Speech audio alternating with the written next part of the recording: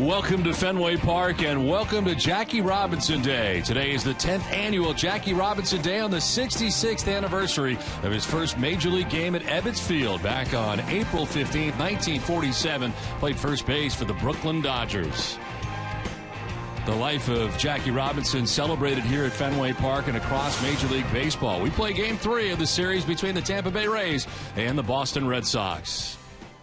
Hi again, everybody. I'm Don Orsillo, as always, joined by Jerry Remy. Welcome to Morning Baseball from Fenway Park. Of course, also Patriots Day, and still buzzing about yesterday's possible no-hitter for Clay Buchholz, but also there was some very good offense, and Dustin Pedroia at the head of that list. Well, he's really clicking on all cylinders right now down here early in the season. Yesterday, 3 hits in the ball game for Pedroia, and he's doing it on both ends, the offense and the defense. We take a look at a couple of at-bats from the ball game yesterday, taking the ball to the opposite field and then pulling one later on in the ball game. And defensively, a nice play. Stephen Drew knocking a ball down. Pedroia hustling to get at it and get to keep that no-hitter alive in about the middle part of the ball game right there, and a throw to first base to get it out. So, you know, he's just playing the way that he always plays, and he is such an inspiration for everybody on that ball club. Pedroia right now off to a great start for this ball club and doing it, as I mentioned, both offensively and defensively for the Boston Red Sox. Well, today the Red Sox are trying to make it a clean sweep of these Tampa Bay Rays, and Ryan Dempster will be on the mound for the Red Sox. And, of course, everybody will be at number 42. All players and on-field personnel wearing the number 42. We're back at Fenway Park after this.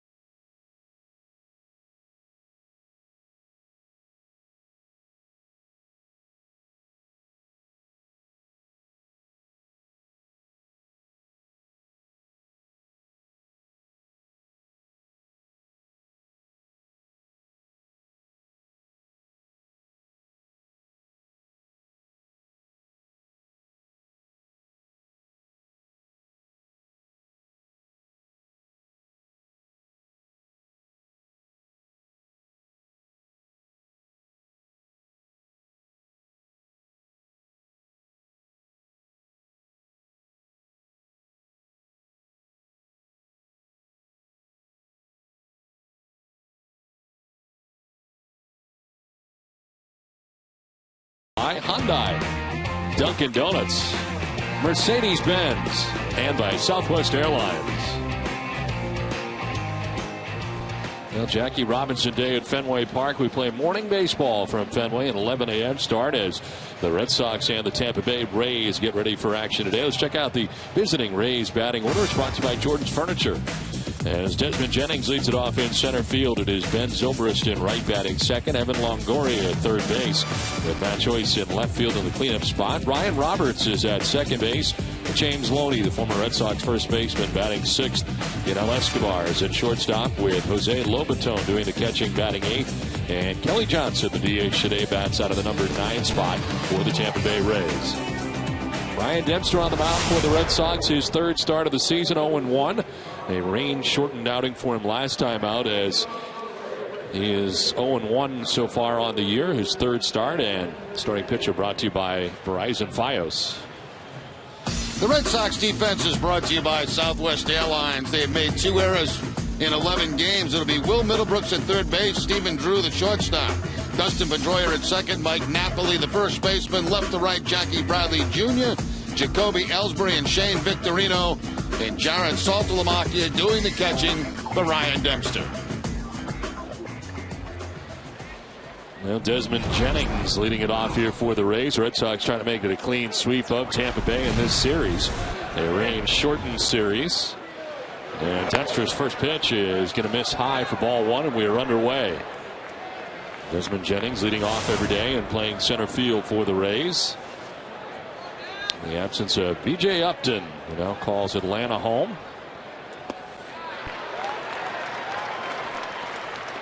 And Ryan Dempster, 0-1 coming in. And the rain delay last time was pitching very well in that outing, and pitched fairly well in his first outing at New York, going 5 innings, giving up 3 runs in his Red Sox debut. A lot of strikeouts, too, for Dempster in the early going, as he had 8 in his first outing in 5 innings and 7 last time out. He's been striking people out. Ahead here, 1-2. And Jennings strikes out. Speaking of strikeouts, nice way to start the day for Ryan Dempster. Let's send it down to Jenny.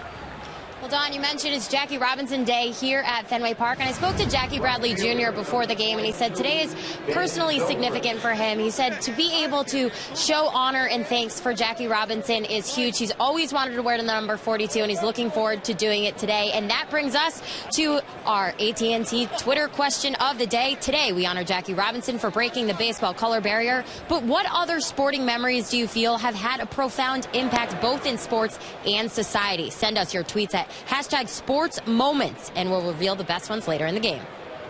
All right, Jenny, thank you very much.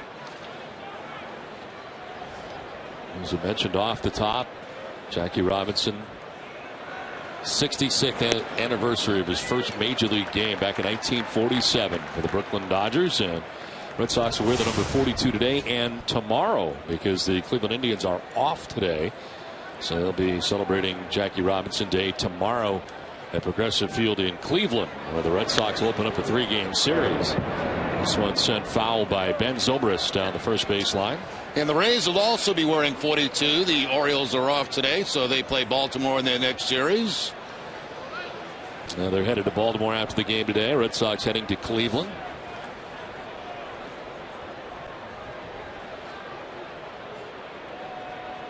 One-two pitch from Dempster.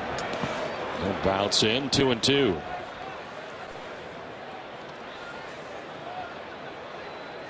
We saw the glove motion from Dempster when he was a member of the Cubs last year and the Rangers. A little different in his delivery. He's got that wiggle, doesn't he? Yeah. Wiggles that glove all over the place. Hard to predict whether he's going to throw a fastball, split, slider.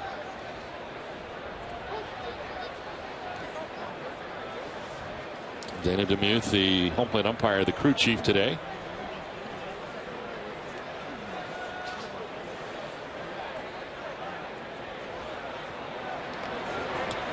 Swing and a miss. Back-to-back strikeouts to start the day for Ryan Dempster. 2 down.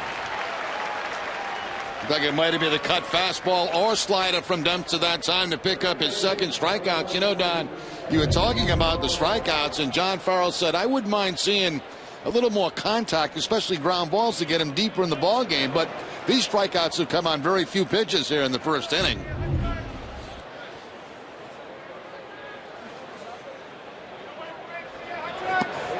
Strike over the outside corner to Evan Longoria. And Ryan Dempster tweeting this out earlier. Honored to wear the number 42 today. Thank you, Jackie Robinson.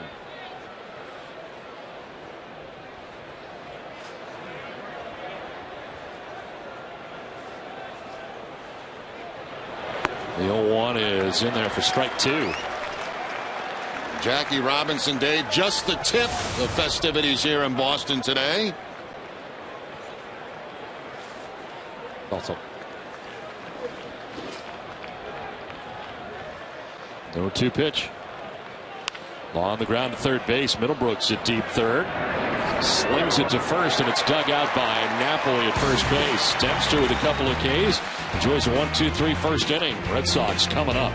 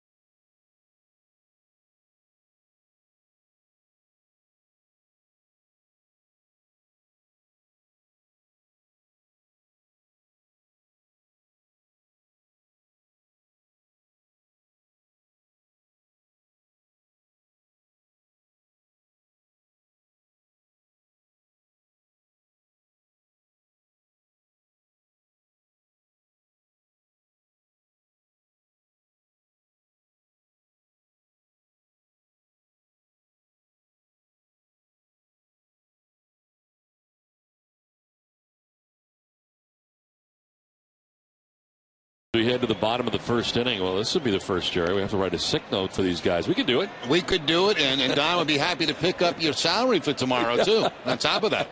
Yeah, they're not feeling well. They don't look well. As we get ready for the bottom of the first inning, the Red Sox batting order brought to you by New England Chevy dealers. Jacoby Ellsbury leading it off in center field. Shane Victorino in right with Pedroia at second base. Napoli at first. Saltalamacchia doing the catching with Middlebrooks at third base. Drew is at short with Gomes at DH, and Bradley Jr. in left field. Bats ninth for the Red Sox. As on the mound today for the Rays, Jeremy Hellickson makes his third start of the year, 0-1.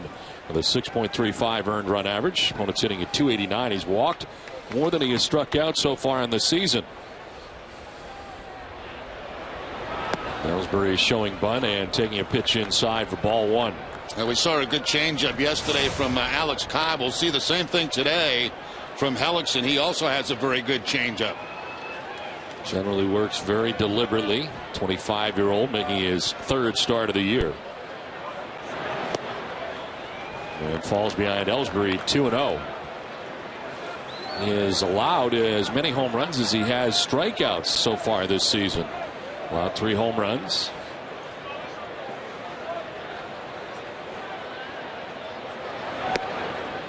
That's a strike over the outside corner and has Ellsbury looking back at Dana Demuth.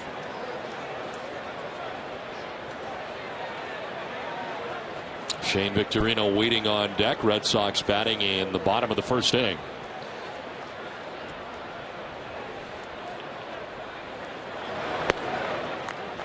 Three and one.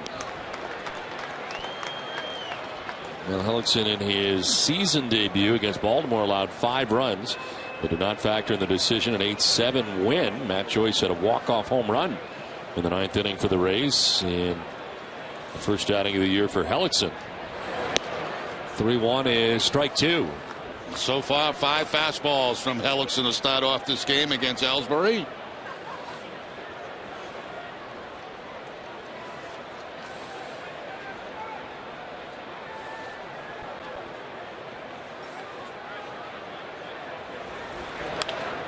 Protects the plate and fouls it off down the left field line.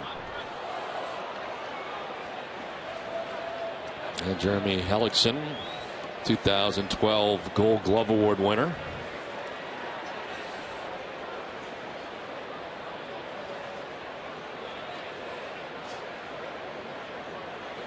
After winning the Rookie of the Year in 2011. 3-2. Another foul to the screen. Good first at bat here by Ellsbury, seeing a lot of pitches, 7 total up to this point.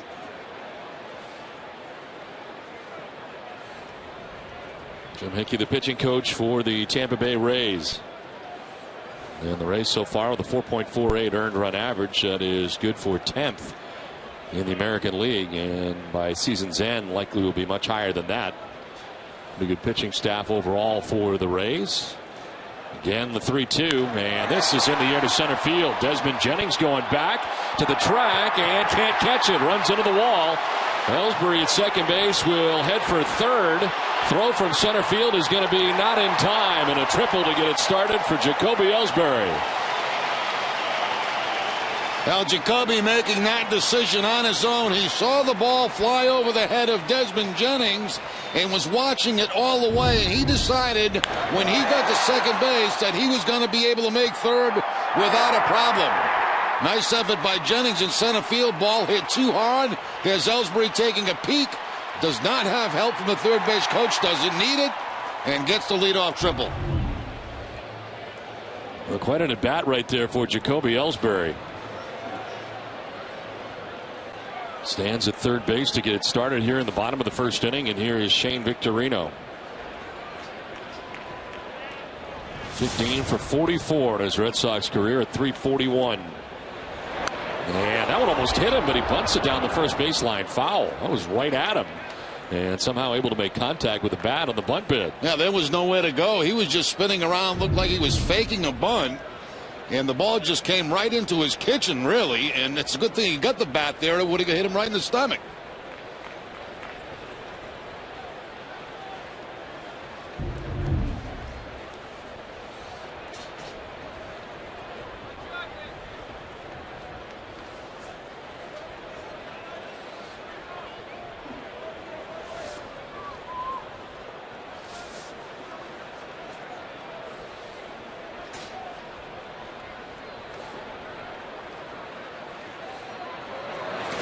This bounces in, and Ellsbury back to the bag at third, blocked by Lobaton.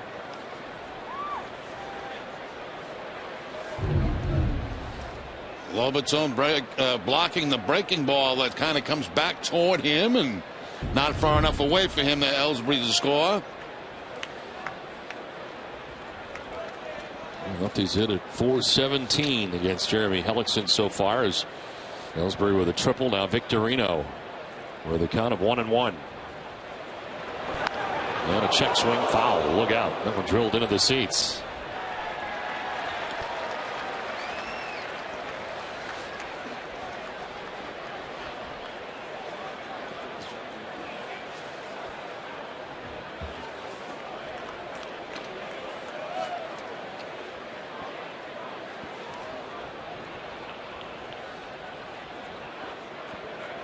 Ellsbury at third. Victorino down in the count, 1-2. And a ground ball right side. Ryan Roberts, one play, it's at first, and he makes it. But in the back door comes Jacoby Ellsbury to put the Red Sox on top, 1-0.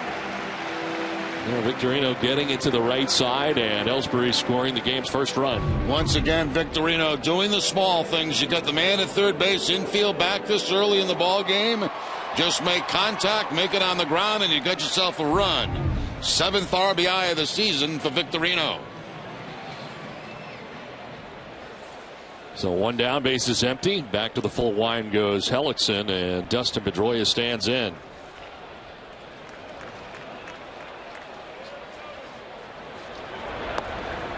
Well, Pedroia takes strike one over the outside corner. A 3-for-4 day yesterday in game 2 of the series.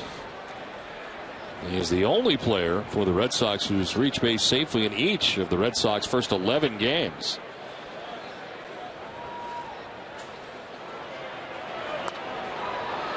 Foul off to the right, out of play.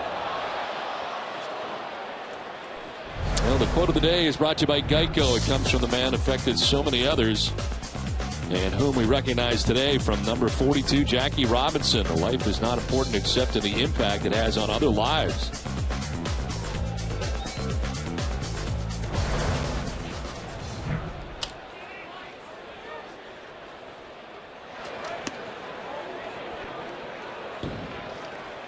One and two now to Dustin Pedroia.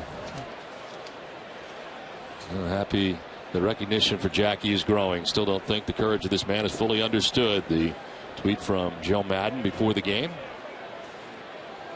on this Jackie Robinson day. There's the changeup from Hellickson. First one he's featured so far in this game today. Missing down and out of the strike zone.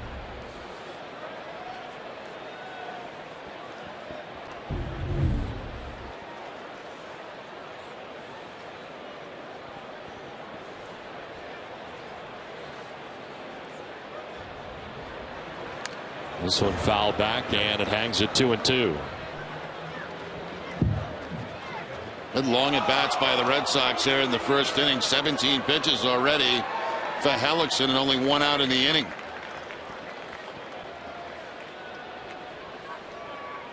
Eight for Ellsbury, 4 for Victorino, and this will be the 6th pitch coming to Pedroia. They're making Hellickson work here right out of the gate today.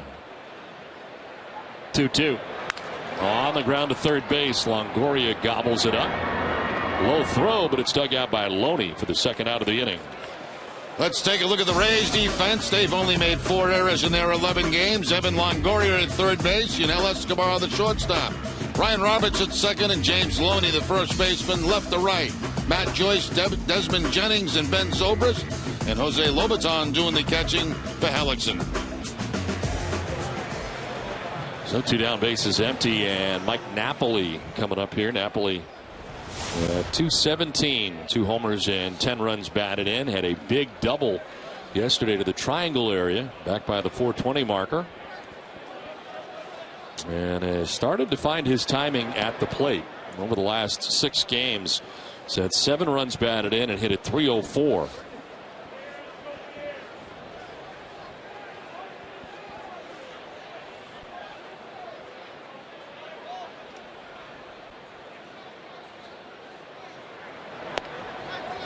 Is in there for a strike, 1-1.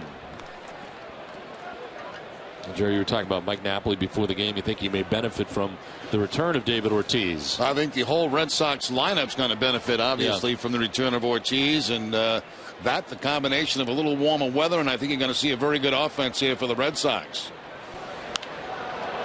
This one popped up foul. It'll get back and out of play.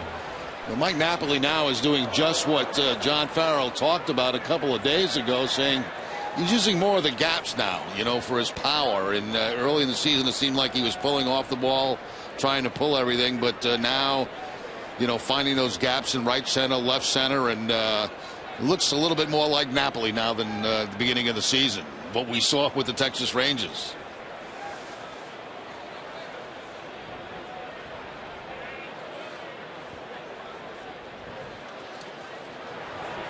Swing and a miss. Napoli strikes out. First K for Hellickson, but the Red Sox grab a run and have a 1-run lead after one.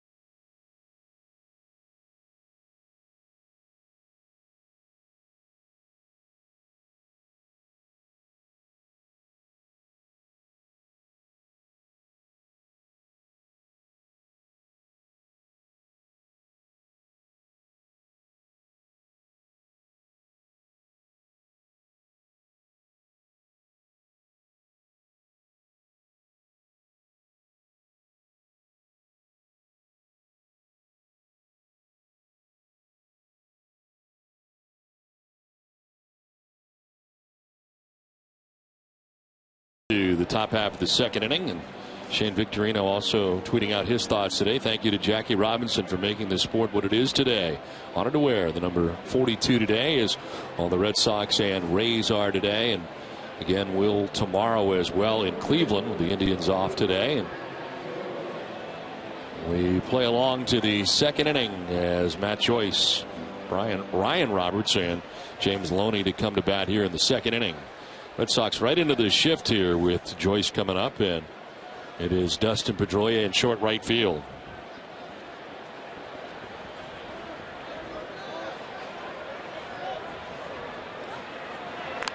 Bunt bid with a shift on. Middlebrooks barehanded will stumble and get the throw off, but not going to be close as Joyce able to beat it out. It's been a tough start to the year for Joyce. Just 4 for 30, and he bunts his way on this time. That's one way to defeat the shift. You can see where Middlebrooks is at shortstop. He does come charging in, but I mean, even a bad bunt in that direction is going to be a base hit. All Joyce is doing is trying to get it down on the ground on that side of the infield, and he's got himself a base hit. It was Stephen Drew, that fielded that ball, the shortstop. Not Middlebrooks. Middlebrooks was in the shift. Yeah, Middlebrooks on the right side of the infield with Pedroia in short right, and Matt Joyce at first to begin things here in the second inning. First base runner for the Rays today, and Ryan Roberts the batter. And there for strike one over the outside corner. 32-year-old, 278 start to his season.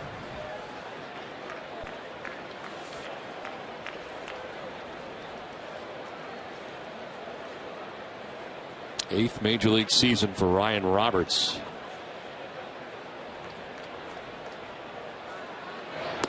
Swing and a miss, and a snap throw to first, but back to the bag is Joyce.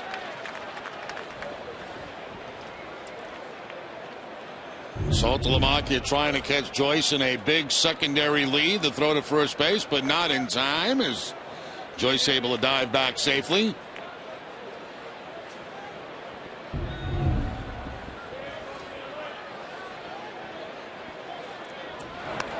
Nice play by Saltalamacchia to the backhand that time. Almost got away. That ball just took off on Dempster, and Saltalamacchia had to make a nice backhanded play, reaching completely across his body to keep Joyce at first base.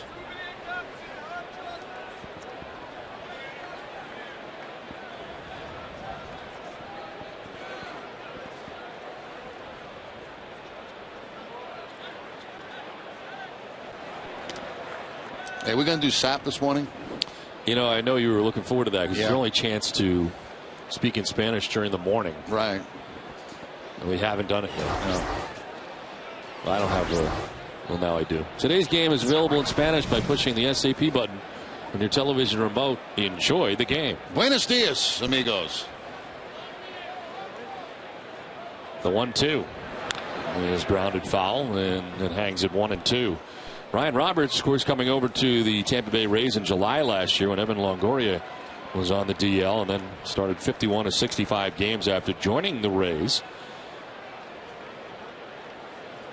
Coming over from the Arizona Diamondbacks.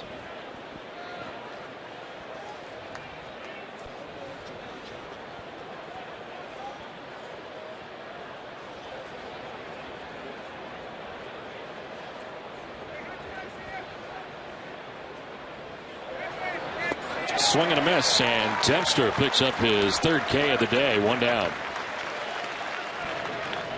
Jenny Dell. Well, Don, all baseball players, and especially starting pitchers, have such a routine coming into each game. And I spoke to Ryan Dempster and asked him how his routine would change. And he said, well, this is absolutely the earliest game I've ever pitched in, besides maybe a spring training game here and there. He said, I'm not superstitious, though. My routine's not going to change. I just might need to get my coffee a little bit earlier. 49 career wins in day games, but this is a little earlier in the day than most are used to. And this has really got to be very different for a player and a pitcher, for that matter, Jerry. I mean, you're so used to so many night games for the most part. Day games are one thing, but how about late morning games? Yeah, exactly right, Don. You know, baseball players are accustomed to playing at night, and their schedule is really like second shift. You know, you come into the ballpark around 3 o'clock in the afternoon, you leave at 11:30 at night, and you sleep late in the morning, and you know, you're not used to playing these 11 o'clock games. Day games are always tough on players, but especially 11 in the morning. Neither team's batting practice today. It was just come to the ballpark, stretch, get that uniform on, go out and play.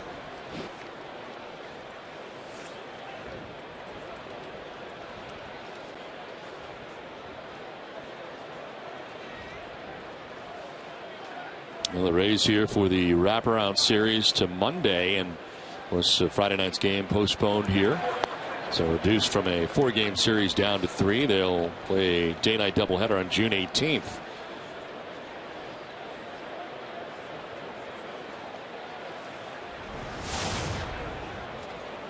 The key matchup brought to you by Honda. James Loney, 2 for 16 in his career against Dempster. Of course, the Red Sox last year facing Dempster both as a Cub and as a Ranger, as he got traded last year. And Loney, a member of the Red Sox after the Dodgers trade. Runner goes, and it's fouled off at the dish by Loney.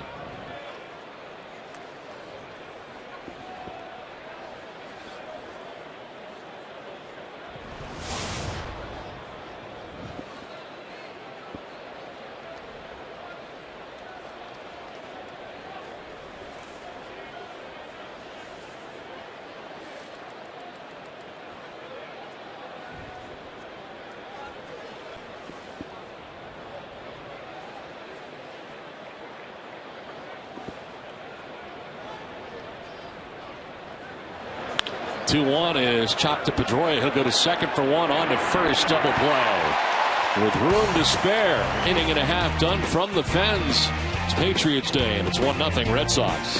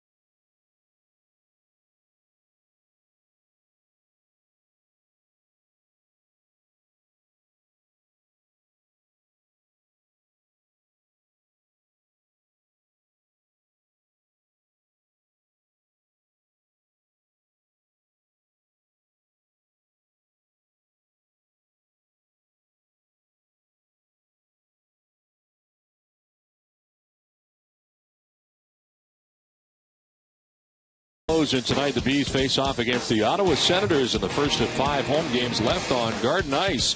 NESN's pregame coverage begins at 6:30. Then Jack, Rick, and Naka bring you all the action. Bruins and Senators tonight live on NESN.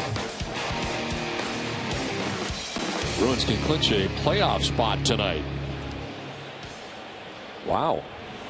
It's a good looking Rem dog. Sure is, and it is better looking to me. There's no question about that.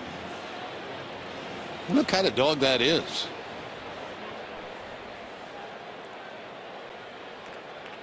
Have any idea, Don? No. I don't either. There is Jared Saltalamacchia to lead it off. This one, rip foul. Well, fans yesterday had the chance to see us without makeup for the first time. That dog definitely is better looking. Saltalamacchia 250 with a home run, 3 runs batted in. Will be followed by Middlebrooks and Drew here in the bottom of the second inning. Rays in the shift on the right side.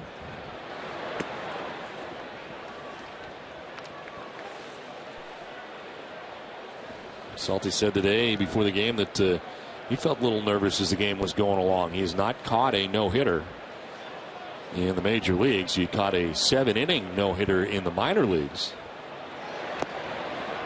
Appeared to punch at that and foul tipped it. I'm trying to do the same thing that the Rays were doing. They have the shift on, trying to drop one down that third base line and that wide open area down there, but no contact by Saltalamacchia. Just got the tip of the baseball.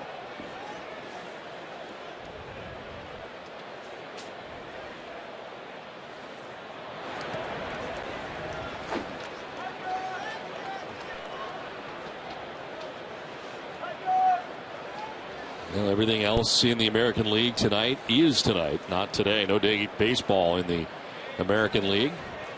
And everything tonight in the National League as well. Morning baseball from Fenway Park. 2-2 pitch. And a swing and a miss struck him out. Well, Hellickson closed the first, striking out Napoli, opens the second by striking out Saltalamacchia. He got Napoli on a changeup to end the first inning. This is a fastball away from Saltalamacchia to pick up the strikeout to start off the second inning.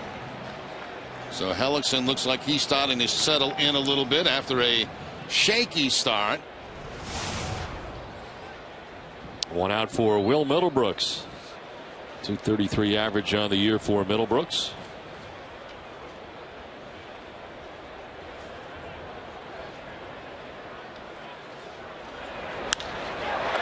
Fly ball to right field. Zobrist over to his right to make the catch for the second out. All right, Red Sox Nation, do you have a unique story to tell about why you're at Fenway Park this summer? If so, we want to hear it. Go to NESN.com/stories and let us know what brings you to Fenway Park. If you're selected, we'll interview you during a select future home game. And Don and Jerry, I have my first fan story coming up soon. All right, we're looking forward to that. 2 down in the second inning. 5 in a row retired by Hellickson. Here's Stephen Drew. He started his Red Sox career, 1 for his first 13. As he takes strike 1. He started at shortstop in each of the last 5 Red Sox games since coming off the 7-day concussion DL on Wednesday.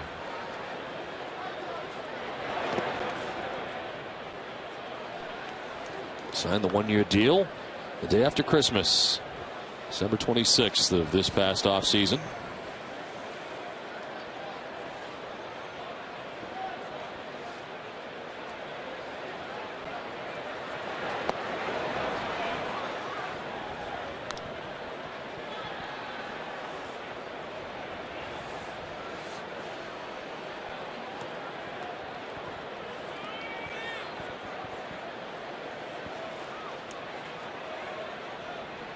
One-two from Hellickson.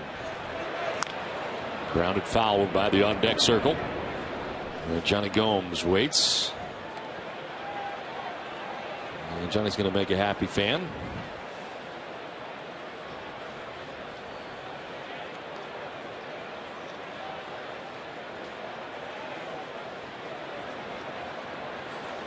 One-two again to Drew.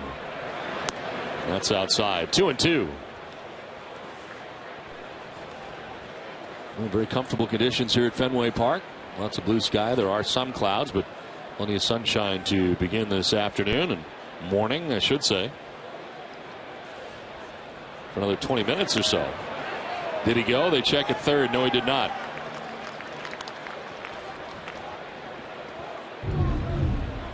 Tries to get Drew with the breaking ball, and very close that time, but apparently no swing by Drew.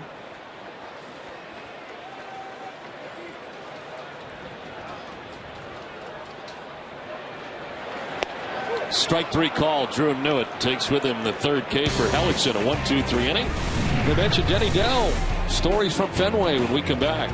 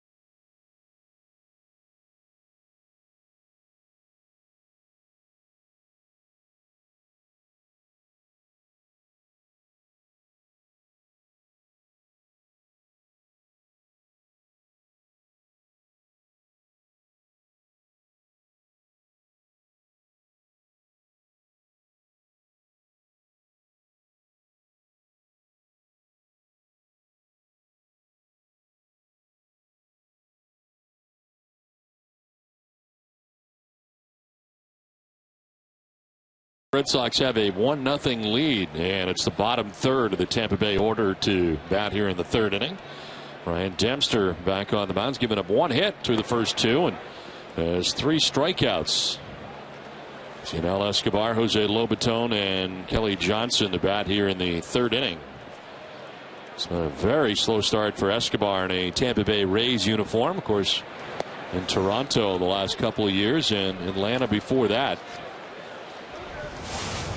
Escobar off to a 105 start with his new team, and has struck out 11 of his 38 at bats on the season, 28%.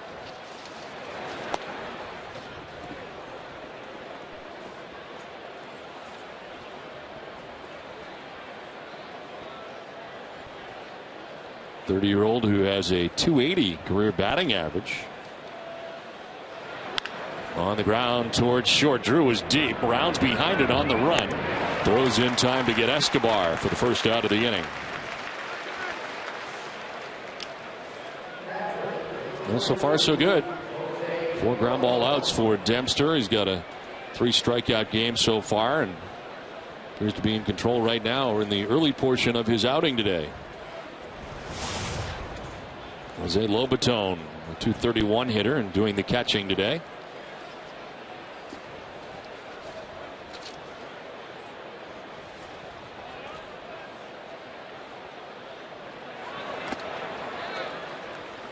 Foul tipped into the catcher's mitt for strike one. Now for Dempster, last faced Tampa Bay in 2008 while with the Chicago Cubs. 7 other starts against the Rays coming in 2003 or earlier. So it has been a while. That last outing in 08 was at Tropicana Field. Did not factor in the decision. Gave up a run in 5 innings.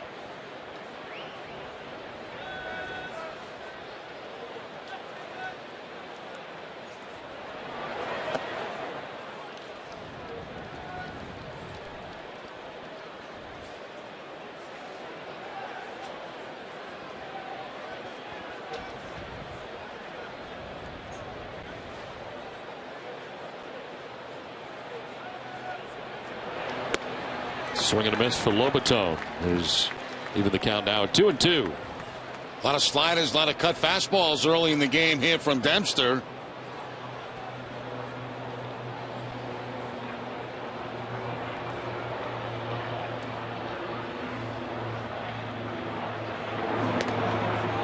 Just outside. Full count now. He's not walked anybody in 2 1/3 innings so far today. Well, so last time Dempster worked, he went 5 innings in the ball game, but then the rain came. Swing and a miss. Picks up strikeout number 4. Let's go to Jenny with our first NESN fan story. Andrew and Tate is here. Now we have a special story of how Tate became a Red Sox fan, so could you share that with us? Yeah, definitely. She was born on Patriots Day. We were living out in Seattle at the time. And the Red Sox and the Mariners were playing. My wife is a Mariners fan, and we left it up to chance as to who she would root for. And Mark Loretta hit a walk-off home run with Euclid on base to win the game. So that's how she became a Red Sox fan. Pretty special. And now it's going to be your 7th birthday coming up on Wednesday, which is Patriots Day back in 2006.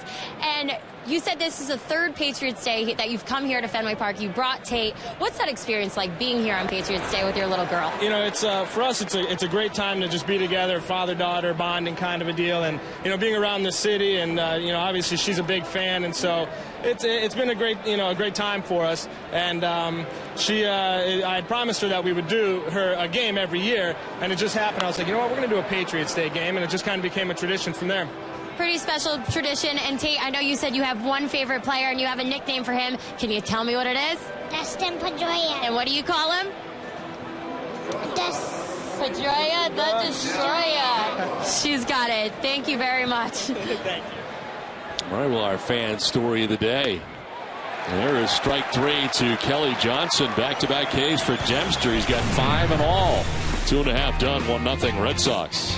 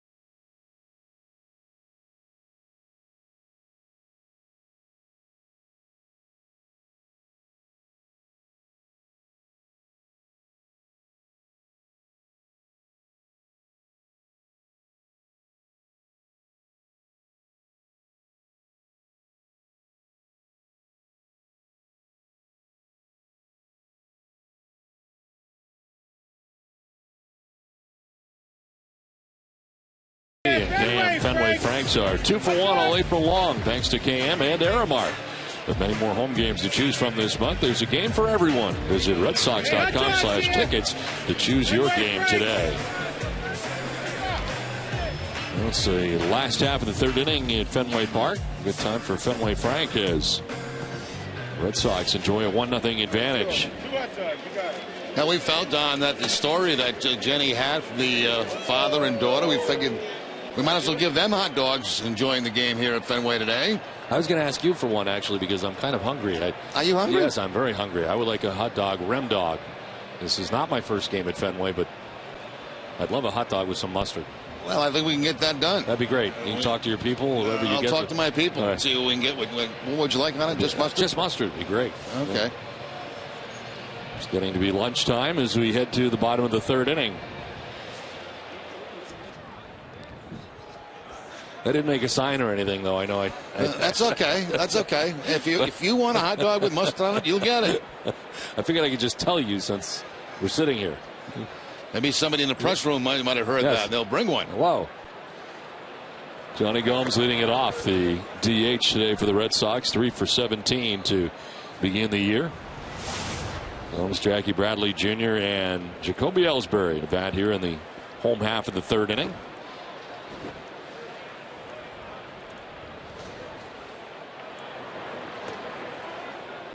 Breaking ball in there for a strike, and Hellickson jumping ahead. He gave up a leadoff triple to Jacoby Ellsbury, but he has retired everybody since. That run did come in on a ground out by Shane Victorino. And now 6 in a row retired by Hellickson, 3 by way of the K. That'll skip in.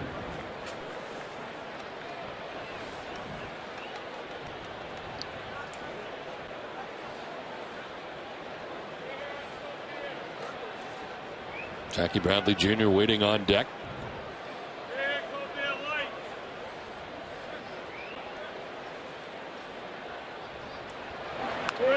Swinging a foul to the screen. Good swing there by Johnny Gomes on a pitch that was a little bit off the outside edge.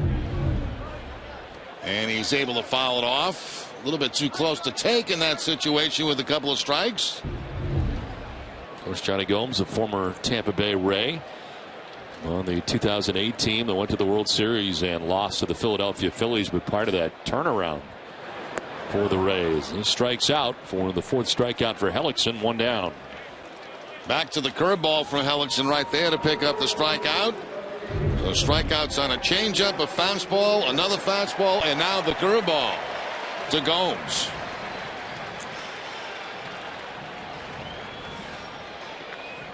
So 7 in a row now retired by Hellickson, and Jackie Bradley Jr. batting out of the number 9 spot for the Red Sox, a 107 major league average so far for Bradley Jr. And a pitch for a strike over the inside corner. It appears they are going to stay inside on Jackie Bradley Jr.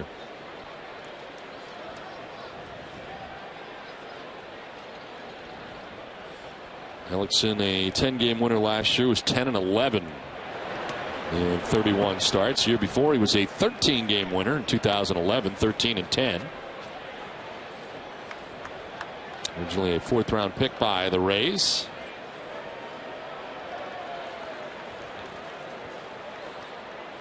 As I mentioned, the Rookie of the Year award in 2011. That year he won 13 games. Got a nifty 2.95 ERA. Right back to the changeup away. Back-to-back changeups from Hellickson. See if he comes back inside with the fastball.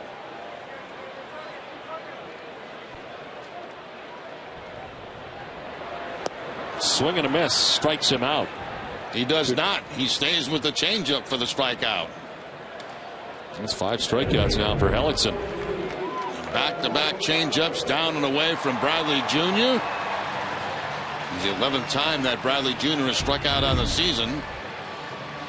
Coming up tomorrow on Dennis and Callahan, DNC will break down all the Patriots Day action here in Boston, as well as talking about the Sox traveling to Cleveland to play against former manager Terry Francona. It all begins at 6 a.m. here on NESN, 93.7 WEI-FM. Dennis and Callahan, most listened to morning show in New England.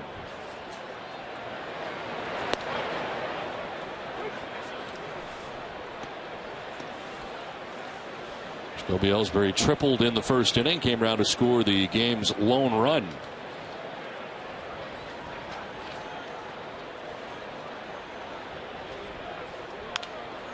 Pop up, sending Longoria back, battling the sun as he drifts into foul ground to make the catch that ends the inning. We are through 3 from Fenway on Patriots Day, 1-0 Boston.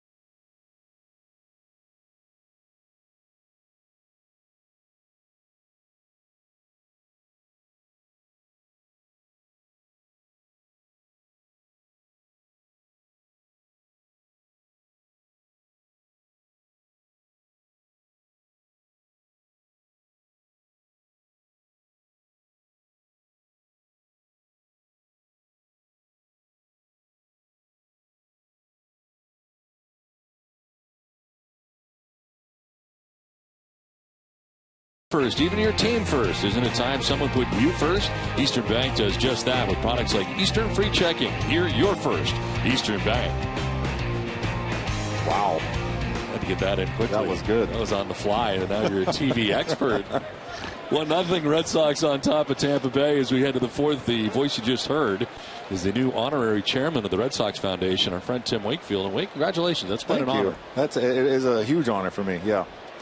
Just proud to be part of an organization, giving back to the community, obviously, that I lived in and the one that I played in, and being part of the foundation that had great success for the first decade. To be part of it, the second part of the start off a new decade and on a different foot. And also announced by the Red Sox that you'll be a special instructor as well. And what is that going to entail for you? Do you know yet? Well, I think most of it's going to be done with, Stephen Wright and then Charlie Hager, the other two knuckleballers down in the minor leagues, but also a second set of eyes for the organization, whether it be for Juan or some of the minor league pitching coaches that, may need, not that they need help, but it's nice to have a second pair of eyes that may see something that they don't see, or talk to other guys about the mental side of pitching. We've talked to many, many times about how active players today are in the community, and much so more than in the past.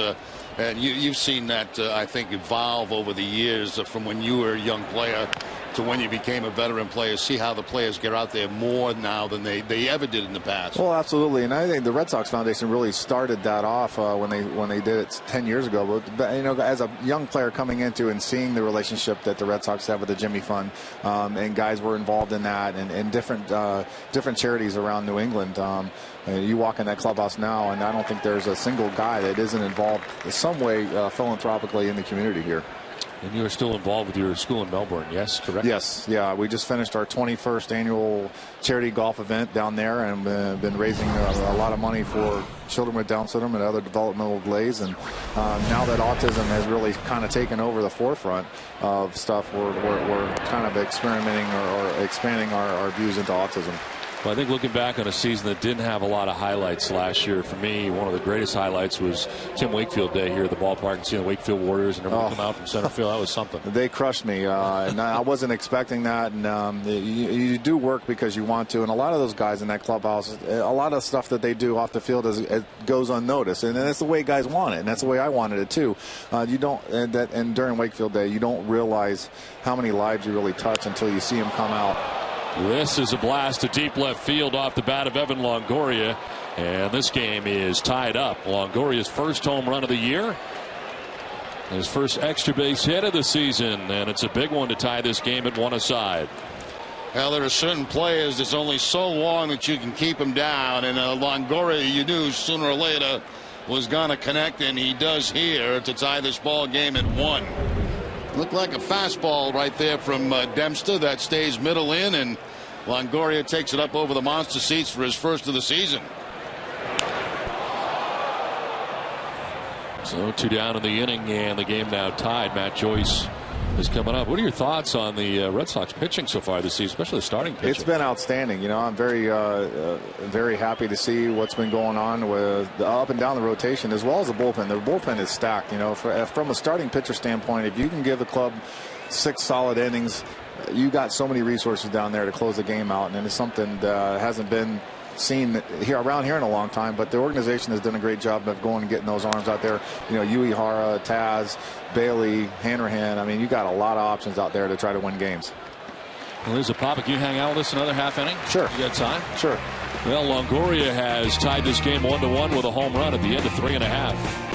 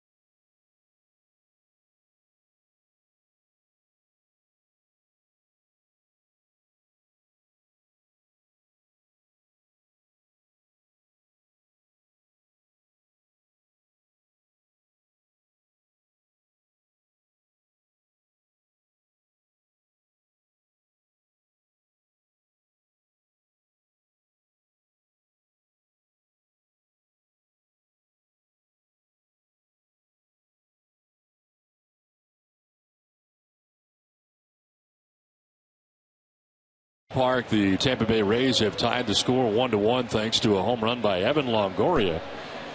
And we play on to the bottom of the fourth inning. It is 2-3 and 4 anticipated for the Red Sox. Victorino, Pedroia, and Napoli expected in the inning. Victorino with an RBI ground out in the first inning, supplying the Red Sox first run. Great to have Tim Wakefield alongside with us as we head into this bottom of the fourth inning. We were talking about the Red Sox pitching, and Juan Nieves done a terrific job. But I have to think Lester and Buchholz, those guys who worked with John Farrell in the past, got to be glad to have him back again. Just another set of eyes. There is, and it started with the connection that the core group of guys had with John Farrell when he got hired. It makes it more comfortable around here, and I think Juan used that as a platform to really connect with the whole pitching staff as a whole. The relationships that he's built that I saw in spring training, he's a very mechanical type of guy, which I enjoy, because if you run into a problem, you want somebody to fix it as quick as possible, and Juan's that guy. And as well as the mental side of it, he's done a great job with this whole pitching staff, and it's shown on the field the way they've been pitching this year. Yesterday we almost had a no-hitter again here at Fenway Park, and I mean, I still get nervous, when you get to about the seventh inning, and all of a sudden the guy's got a no-hitter going, and I mean, I remember playing behind guys who threw no-hitters, and you just get nervous out there. You just want to make sure you're in the right place, the right time. You don't want to make a mistake. That should have been a hit, and I'm sure you felt the same way watching. Oh, absolutely. I was here for the 4 that Tech caught, and you always want to sit in the same spot. You don't want to jinx anything. You don't want to say anything to anybody. You don't want to even mention it. Let alone screw up somebody's no-hitter. But Clay pitched unbelievable yesterday. He had all 4 of his pitches working well. He could throw at any pitch at any time in the count, and I think that's what helped him do what he did yesterday. I think that's what's impressed me the most about him in the beginning of this season is the fact that even when there is hitters counts, he's able to come up with the the off-speed pitch, whether it be the curveball, the changeup, to get that count back even. Yeah. That's a big thing to pitching. You don't want to get too deep in the count, and he's very comfortable throwing. When he leaves the bullpen, now he's got 2, 3, maybe 4 pitches that are working very, very well for him that he can go to as a go-to pitch to get back even in the count, and that's very important. And some of his highlights from yesterday, and what was a very impressive day all the way around. 11 strikeouts in the game as well. Yeah, and against a team that's the toughest to strike out in the American League, that's pretty impressive. That's saying something right there. In the air to center field, Desmond Jennings is there for the first out of the inning, and Victorino is retired. How do you like this TV thing? You're doing very well. Thank you. I enjoy it. It's not as easy as it looks, but it's easy to talk about things that you did for your whole life, and that's the most important thing. And to be able to shed a different aspect on it from my aspect, as well as Jim Rice and Dennis Eckersley, everybody that they have on the show over in Essen for the pre and post has done a great job and has experienced a lot of things that these guys have gone through or going through now. And 1 out of the inning. Dustin Pedroia, the batter. So instead of sitting in the locker room saying, "What are those morons talking about?" now you're sitting in the green room. I tell you what, though, is one thing that I knew that I would never forget is how hard this game really is to play. And the further you get removed from it, sometimes it happens, or you forget how hard the game really is. But that's one thing I told myself when I got into this business is never be that guy that forgot how hard the game was to play. And it's something that it's hard. Next year it'll be ripping guys left and right. This guy stinks. It's easy no good for Jerry and I to talk about, but it's different on your side. The homer, you said, "Wow!" and only got in the first row. Still not over. I'm still not over that. Like 6 years ago. This was great. This was a great wake. Corey Hart hit a home run, and I swear to you, and I guess it's probably not true, but it looked like it was rising by that light tower up there on the way out. We thought it was going to hit the Citgo side. It was unbelievable, and I said, "Wow!" And that's because it was my natural reaction. Must have been your first game. Wake, let me clear it up. Wake gave it up, so it was Wake's home run, and I get down the next day in the clubhouse, and you're fish-eyeing me from across the clubhouse. I walked in, and it's a classic Wake, just looking at you the corner of the eye. I'm walking, you're following me from one end to the other, and finally I went over. I go, "What's up?" "Wow," he says. "Wow, huh?" And then he goes, "1 run." It was 1 run. That's it. That's all it was. But, I'll give you that. It was a pretty good shot, but it was only 1 run. It was only 1 run. Yeah. And I think you won. I think I did. Right side. Roberts will go to first for the out, and there are 2 outs in the inning.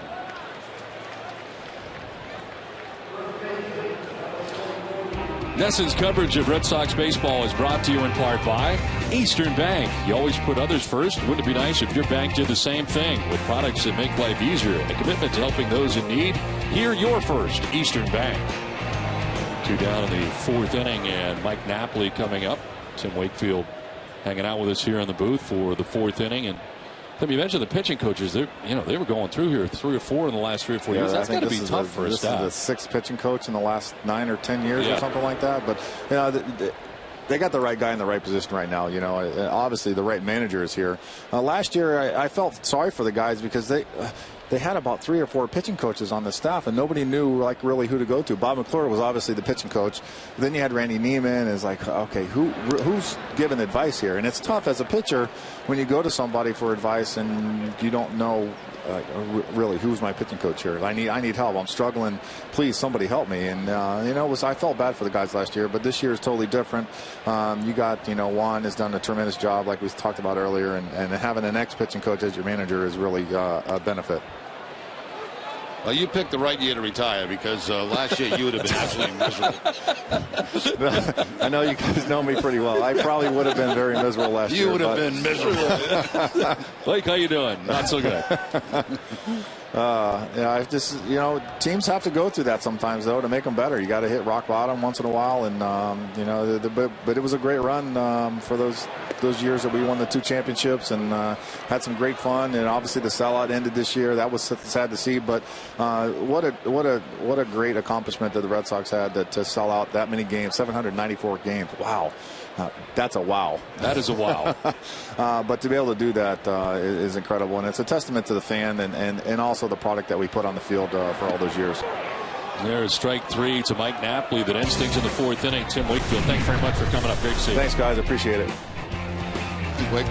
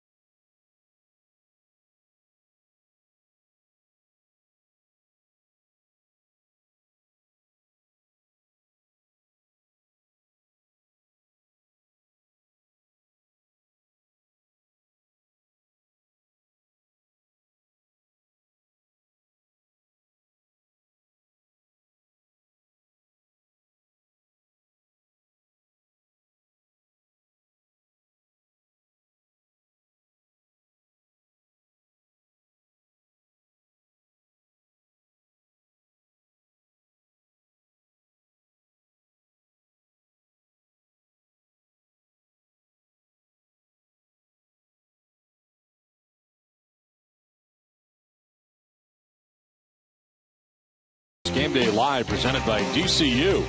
NESN's pregame coverage of the Sox begins an hour before every game. DCU, Digital Federal Credit Union, banking the DCU way. Well, great day here on Patriots Day at Fenway Park. A lot of youngsters around the ballpark today as a 1-1 game into the 5th inning from Fenway Park. Great to have Tim Wakefield alongside with this last inning. Tim doing a great job as part of our pre- and post-game coverage on NESN. Ryan Roberts leading it off here in the 5th. Now, you know that Tim Wakefield stare? Yeah. He had it that morning when I went in. Oh, I was absolutely not pleased. I want to say it was like 06, 07, somewhere in there. Nobody that throws the baseball at home plate wants to hear, wow. Wow. When there's a home run, believe me.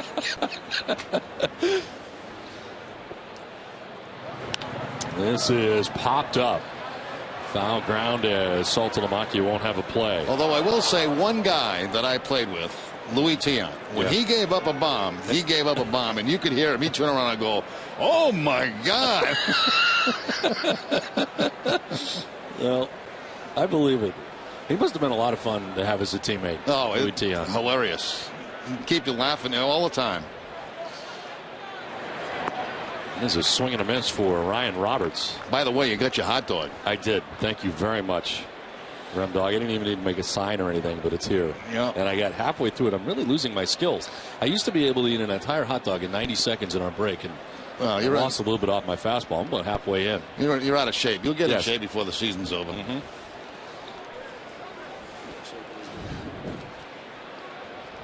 There's that camera again, Don. Yeah, there it is, right in our grill. How you doing?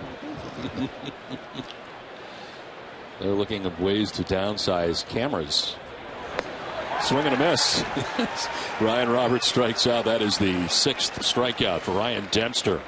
And the first out of the 5th. Yeah, once again, Dempster going to the outside part of the plate. Most pitches in that bat were to the outside part of the plate. That one down and away. Pit Zone on NESN is brought to you by Amica. Amica Insurance. Great service, great coverage, and a great price for auto, home, or life insurance. And Ryan Roberts has struck out twice today. He's out number 1 of the inning as James Loney stands in. Bounced into a 4-6-3 twin killing back in the 2nd inning.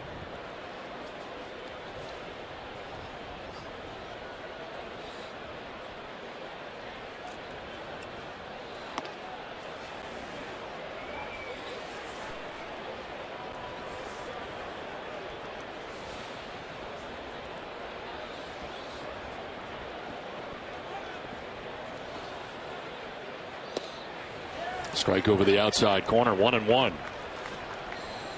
Dempster at 52 pitches, working with 1 out here in the 5th, been very economical. 1 blemish today, and that was a home run by Evan Longoria in the 4th inning to tie the game 1-1. Dempster taking a little extra time as he goes off the backside of the mound. You have all the players in the lineup today for the Rays. Loney has the most at bats against Dempster, being in the National League. He's now 2 for 17 against Ryan.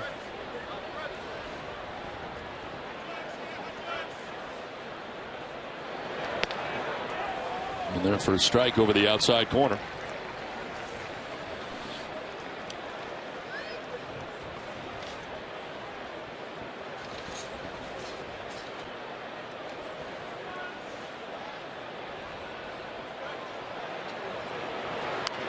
Check swing foul.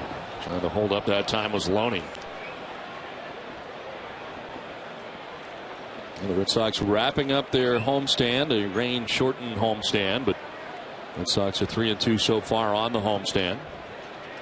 Head out on the road for a brief 3-game series in Cleveland, and right back here to Fenway Park again. A 1-2 is outside, 2-2. Now, hopefully the weather in Cleveland has improved from what they had last week. They had a couple of pretty nasty days in Cleveland last week. We got a 50% chance of rain all 3 days. Oh, good. Yeah. It's terrific. Line down left field, line out. Although Thursday's supposed to be warmer, it's close to 70, but it still may rain. Nice grab. Well, we're seeing a lot of one-handed grabs so far on this homestand.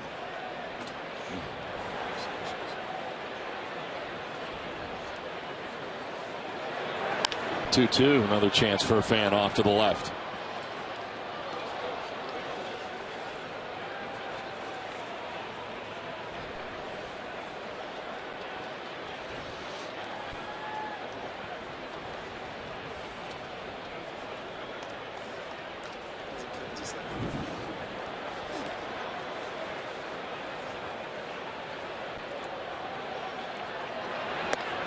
Tied Loney and the full count now.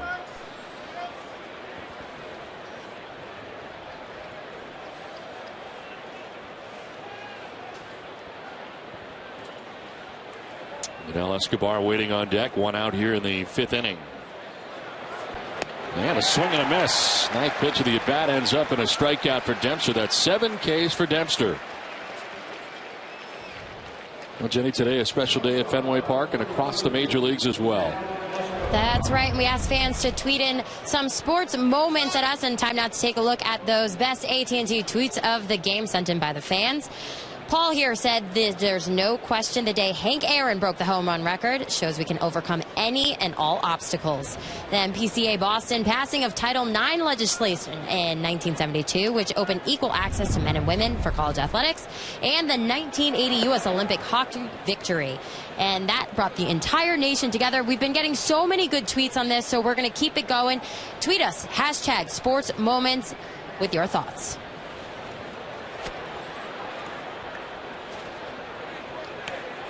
Almost outside to Yunel Escobar.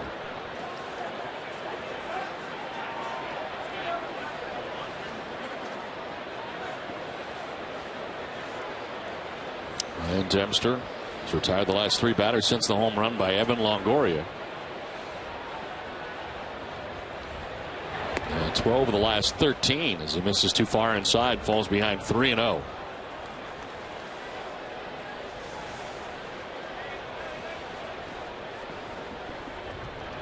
He's only given up 2 hits. The infield hit by Matt Joyce to third base in the 2nd inning, and the home run by Longoria. There's a strike. Escobar was headed to first base, but gets the bad news from Dana Demuth.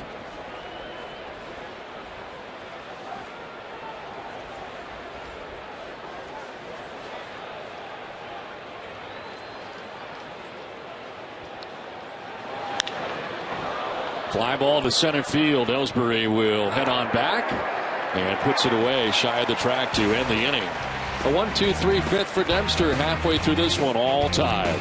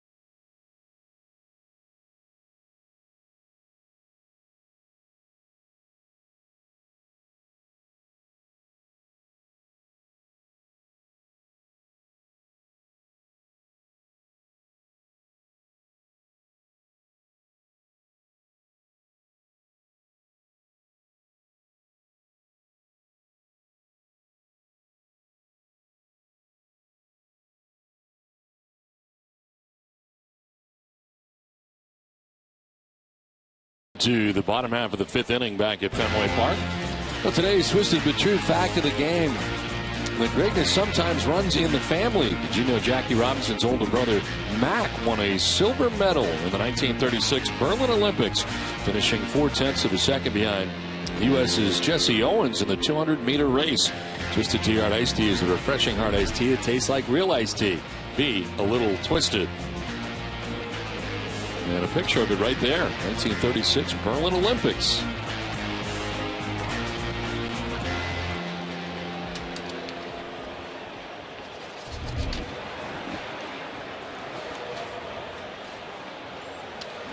Well, Jared Saltalamacchia to lead it off here in the bottom of the 5th inning.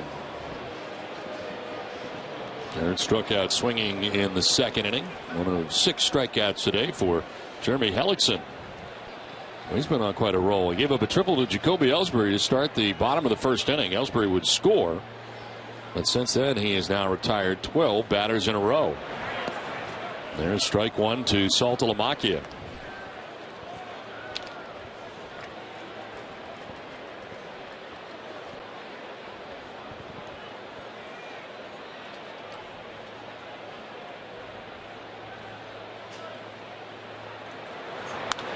This one is line foul, pulling it down by the tarp.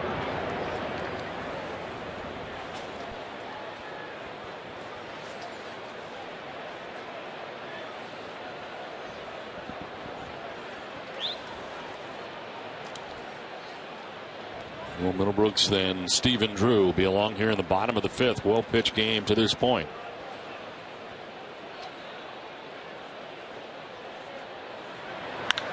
High fly ball for Saltalamacchia, sending Zobrist back onto the track at the wall. It is gone.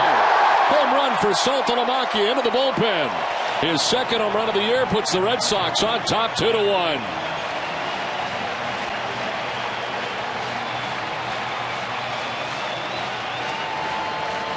Well, we talk often about how they want to go upstairs with the fastball against Saltalamacchia. That's exactly what they do. They get the fastball up high about the letters, but Saltalamacchia gets to this one, and in a big way. Zobrist going back to the bullpen, to the wall, no chance. Saltalamacchia picks up his second home run of the year. That's his second career home run off Hellickson. Of course, had 25 home runs last year. Well, the Red Sox have now hit 13 home runs this season, and with it, Hess and Hess Express donate another $500 to the Red Sox Foundation. That brings the season total to $6,500. Hess and Hess Express committed to helping the cause.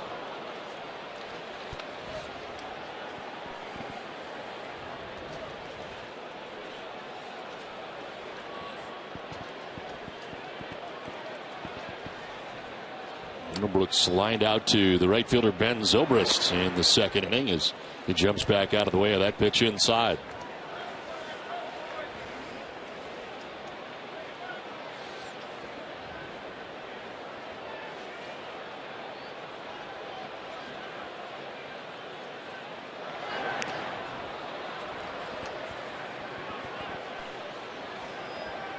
That home run by Saltalamacchia broke up a string of 12 in a row. Retired by Hellickson, and 6 of the 12 were strikeouts.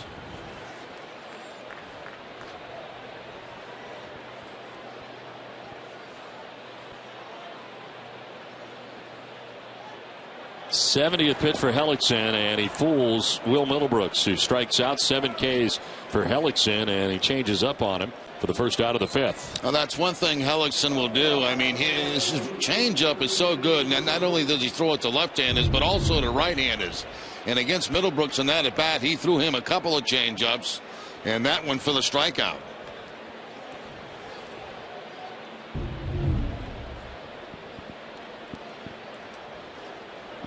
So 1 out, bases empty for Stephen Drew. He was a strikeout victim, went looking in the second inning. There's a pop-up. It'll find its way foul into the seats.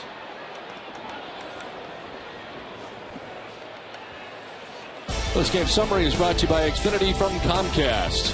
Hellickson 4 1/3 so far with 6 strikeouts. Longoria 1 for 2 with a solo home run that tied the game at the time, but Saltalamacchia with his second home run of the year puts the Red Sox on top 2-1.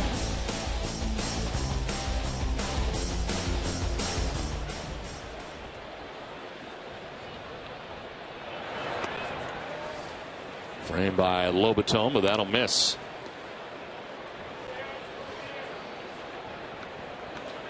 Stephen Drew missed a lot of spring training after being hit in the bill of the helmet in a game at Hammond Stadium against the Minnesota Twins, and was on the 7-day concussion DL to begin the year. I wonder about missing all of that spring training time, how much that affected his start offensively.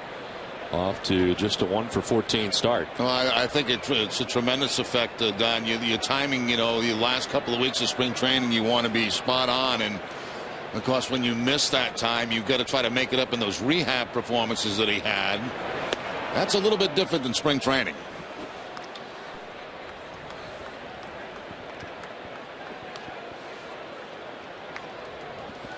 See what David Ortiz had to miss the ball game yesterday with a sinus infection.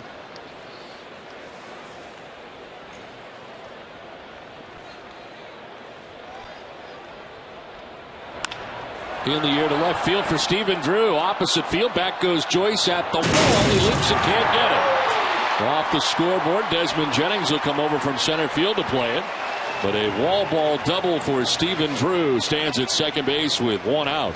Well, Stephen Drew a little bit late on the fastball, but still able to make that good solid contact. And A welcoming left field wall out there for a left-handed hitter. Even though he was beat a little bit on the fastball, still drives the ball deep enough to get it off the scoreboard for the one-out double. Matt Joyce going back. He leaps, but just to his left is the baseball. And Drew in scoring position. One out, Drew in scoring position at second. Johnny Gomes coming up. Gomes struck out swinging in the third inning. Is only a bat of the day. Hellickson has given up 2 extra base hits here in the inning. A home run for Saltalamacchia. Opposite field double for Stephen Drew.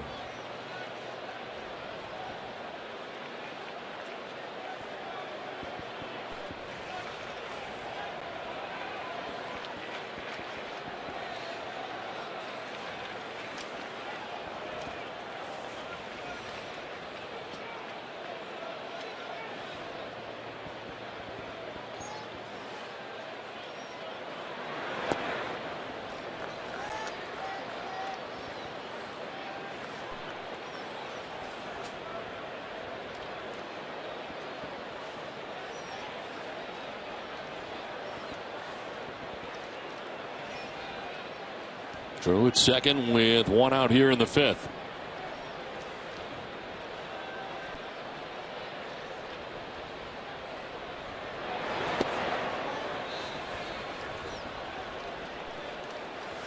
Hellickson falling behind 2-0. He has not walked anybody in 4 1/3 innings of work. Under the watchful eye of Jim Hickey, the pitching coach for the Rays.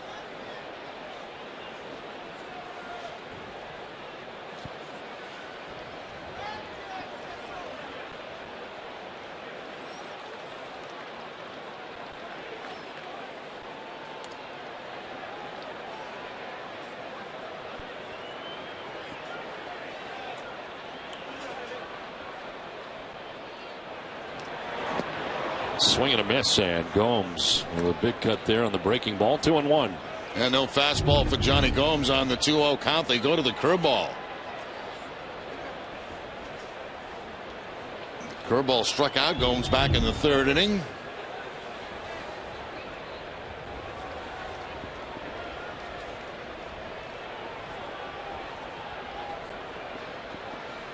Two-one. Swing and a miss, and it's 2-2. Back-to-back curveballs that time. And back even in the count now is Hellickson with Gomes.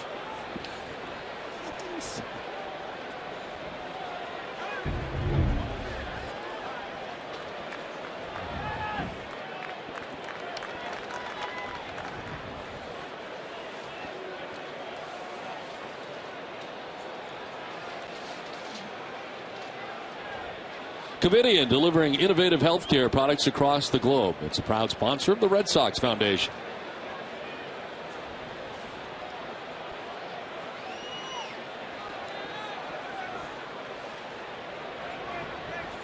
Drew the lead at second, and his pitch 80 from Hellickson. Swing and a miss as Gomes strikes out. 8 Ks for Hellickson, 2 down in the 5th. It has been a struggle for Jackie Bradley Jr. at the major league level so far, Jenny.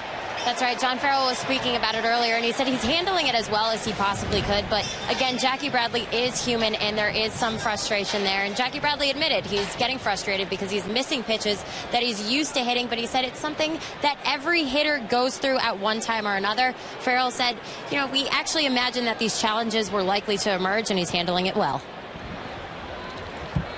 Well, here he is with 2 outs, and Drew at second. It's a fly ball out to shallow center.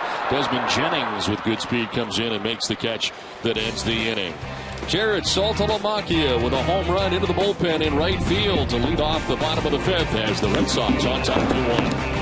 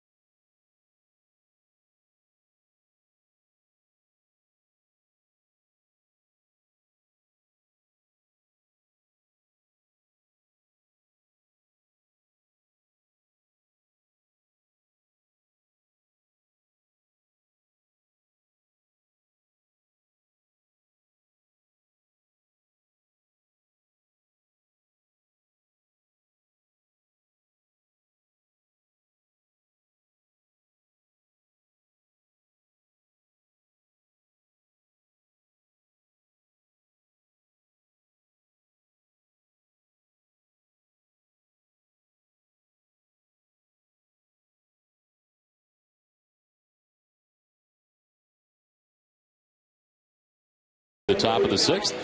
It's time for a Toyota game break. Here's Tom Caron.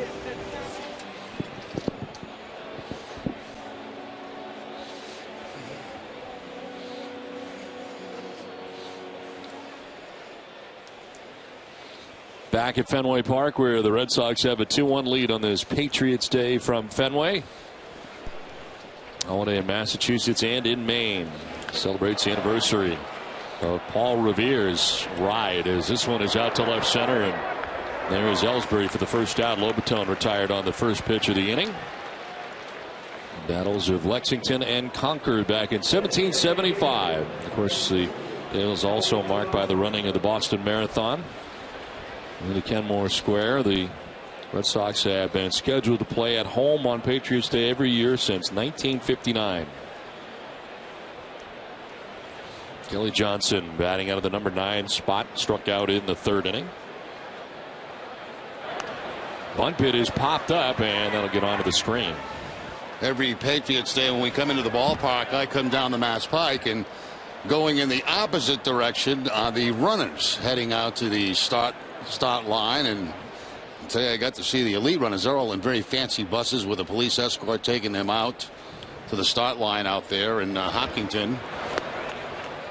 Then if you and I were running, we get on school buses. We would not be part of the first runners, that's for sure. No.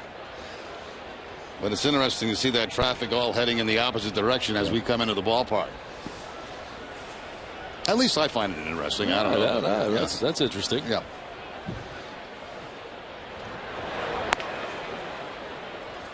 I came in on Mass Ave. I avoided all of it.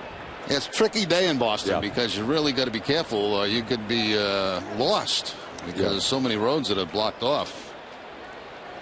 I decided to go 93 to Mass Ave. It seemed to work out great. There were no delays. Yeah, you were here nice and early, nice on time. And an early appearance this morning, 9:30 on Monster Monday. I understand it was a big ratings hit. 70th pitch for Dempster is going to miss inside.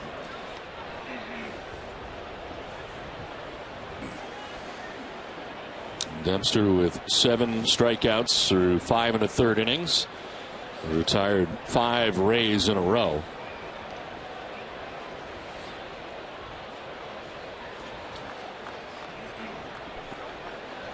We had a couple of these where he started and stopped and then went to the back of the hill. Nice day to be at Fenway Park on this Patriots Day.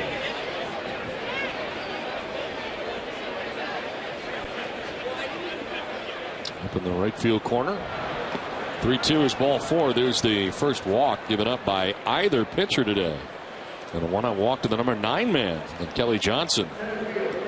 Today's ticket brings you the pitching line for Ryan Dempster. 5 1/3, 2 hits, 1 run. It was the home run by Evan Longoria in the top half of the 4th inning. Just walked the batter. His 7 strikeouts. He's thrown 71 pitches. In his previous outings, only went 5 innings. In his first outing at New York, 5 innings at home against Baltimore. And that was because the rain came.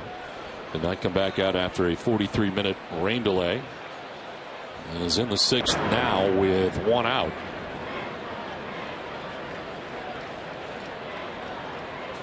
Has not had to work from the stretch very much today, as Kelly Johnson now at first with 1 out.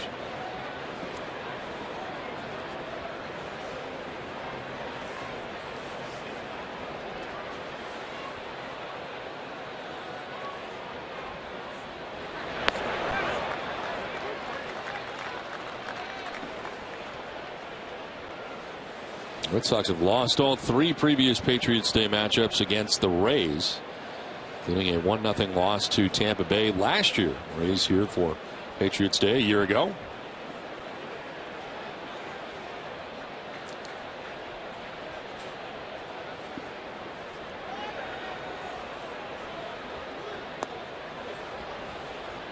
Downstairs for a ball, 1-1.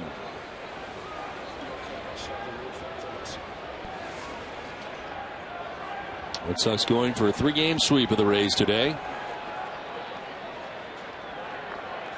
Red Sox winning 3 of the first 4 series of 2013.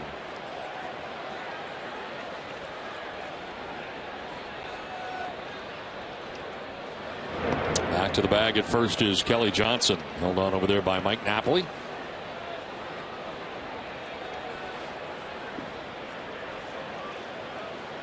It's all about the pitching so far for the Red Sox. Lead the American League in earned run average with a 2.76 ERA.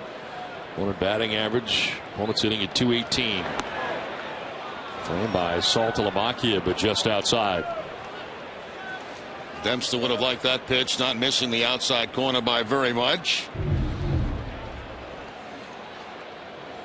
Big difference in that 2-1 count and the 1-2.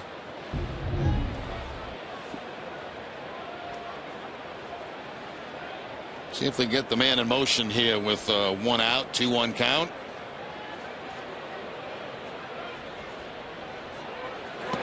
Swing and a miss. And it's 2-2.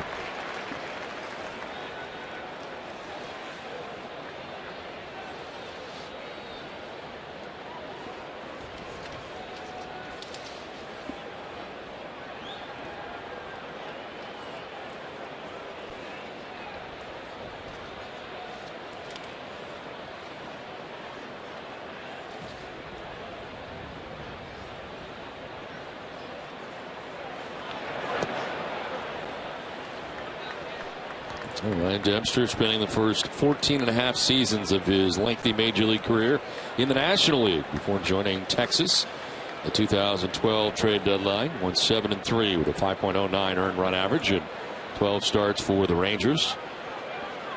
Led the Rangers in wins during the time that he was there.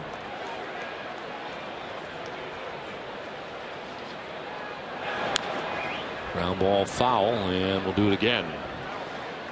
That time Johnson was off with the count 3-2.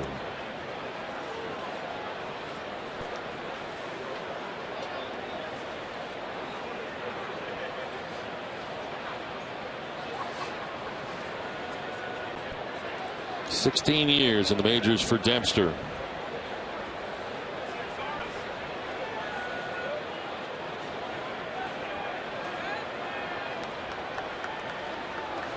Runner goes on the 3-2. A swing and a miss for strike 3 of the throw. Not going to be in time. As Johnson steals second base after Jennings strikes out, becomes the 8th strikeout victim for Dempster. It's like Jennings chased a cut fastball that was probably not a strike, out of the strike zone. The throw to second base is going to be to the shortstop side. Pedroia trying to backhand it, but the stolen base for Johnson. Well, Nessa Daily brings you everything you need to know about the day in sports tonight at 10 p.m. We'll wrap up a busy sports day in Boston with complete marathon coverage, plus highlights and analysis of the Bruins and Red Sox. It's all tonight at 10 on Nessa Daily.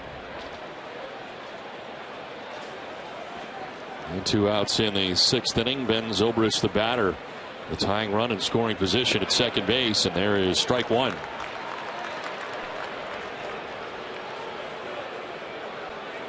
Zobrist has struck out swinging and grounded out to shortstop in 2 previous at bats against Ryan Dempster today.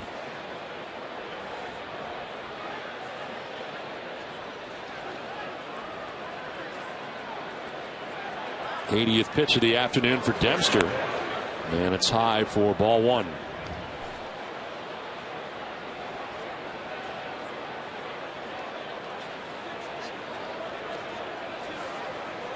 We talked a lot about Dempster's 16-year major league career. He's thrown at least 200 innings while making 30 or more starts 7 times in his career, and all that since 2000. This 1-1 is outside. I think the one pitch today that he hasn't had real good command of is the split-fingered fastball. We've seen a couple of them that have been either way outside or left high, but other than that, fastball, the cutter, slider have been very good for Dempster.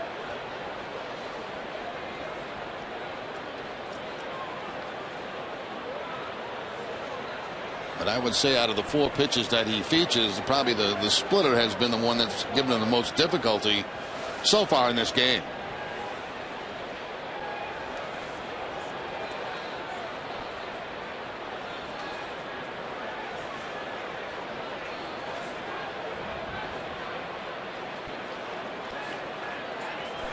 And back and forth goes Saltalamacchia and Dempster, so Jared headed out.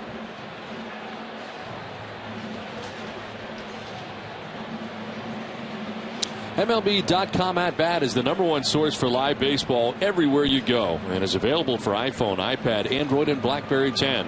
At Bat delivers Red Sox baseball with live audio, pitch tracking, stats, news, highlights, and more.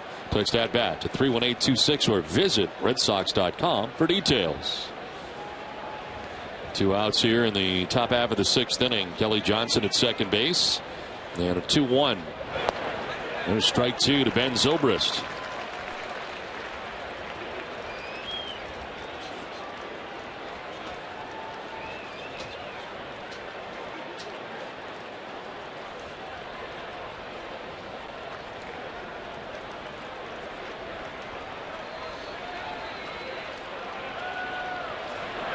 That'll bounce off Saltalamacchia. Kicks to his left. He'll run it down, but not before Kelly Johnson moves over to third base.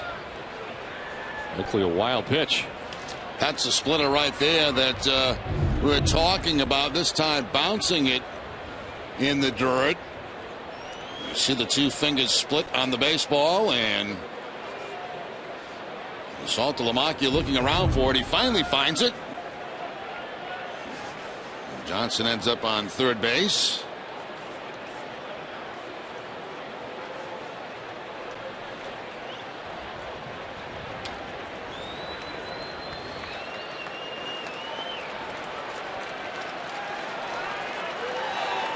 Tying run 90 feet away with 2 outs here in the 6th inning.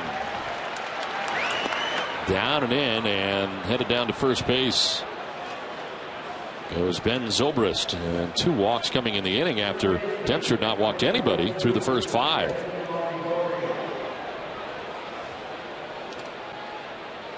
It's been a 20-pitch inning so far for Dempster. First time in his outing that he's thrown 20 or more. Keep in mind he's gone 5 innings in each of his first 2 outings.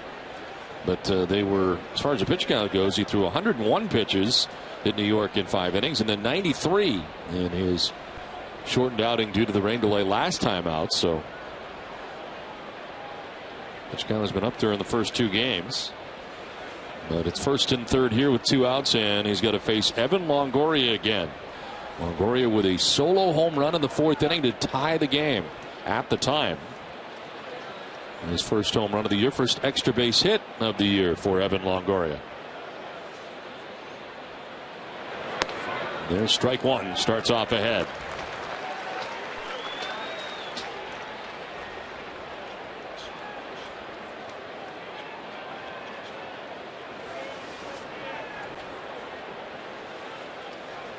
Johnson at third base. Zobrist crossed the diamond at first base with 2 outs here in the inning.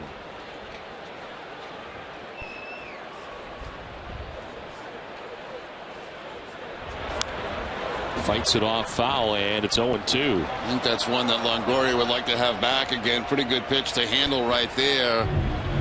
Up in the strike zone, but the swing and the foul straight back. Amica Insurance is the proud sponsor of the Amica Pitch Zone.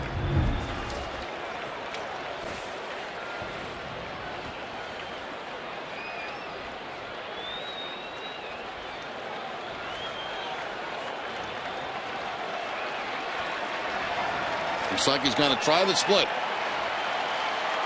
Not had good control of it for most of the day. And this one bounces in, but Saltalamacchia able to block it again. This time right at him.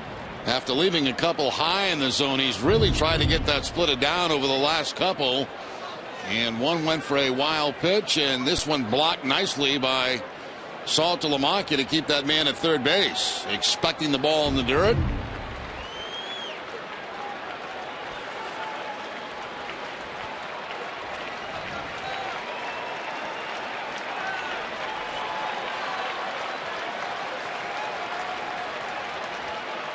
Try it again. Misses inside. Saltalamacchia leaving it there for Dana Demuth to take an extra look, and very well could have been strike 3. I got to have that one. That one is right on the inside corner.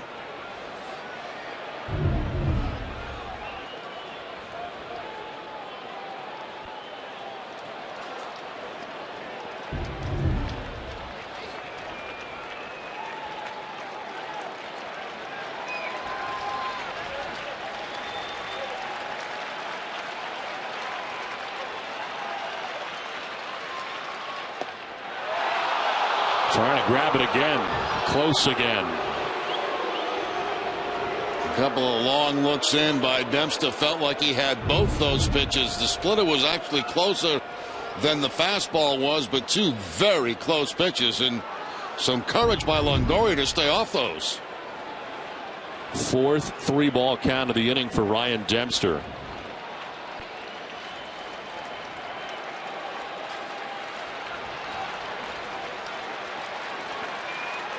Longoria wants time.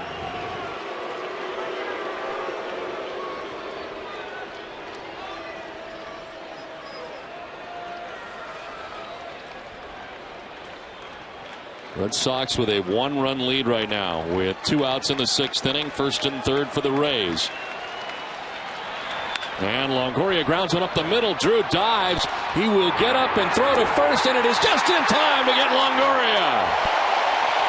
He is fired up as Stephen Drew throws him out. What a play by the Red Sox shortstop to end the inning and keep the Red Sox on top 2-1.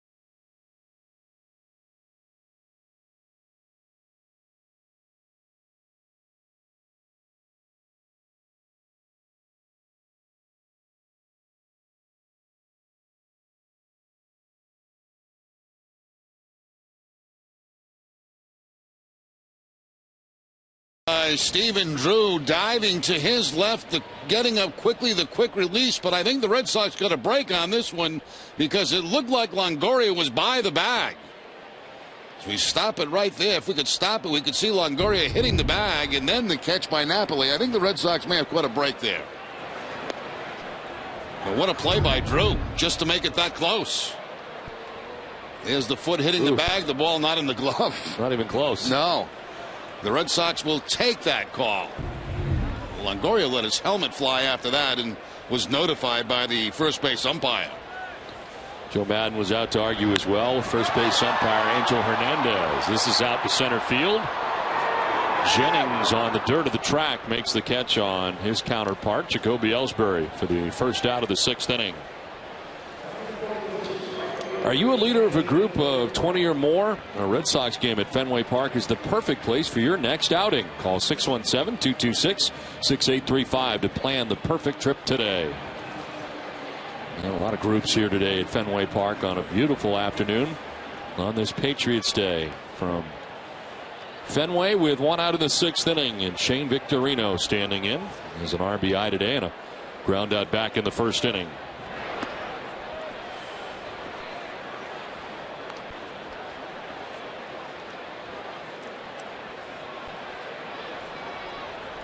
Victorino now, Pedroia next.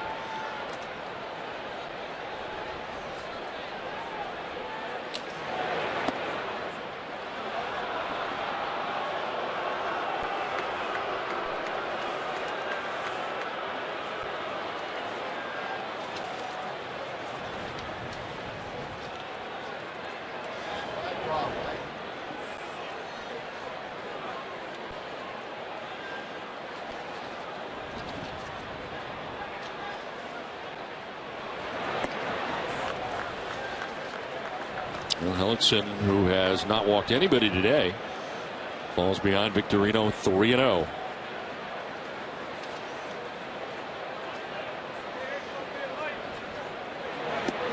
There's a strike, 3-1.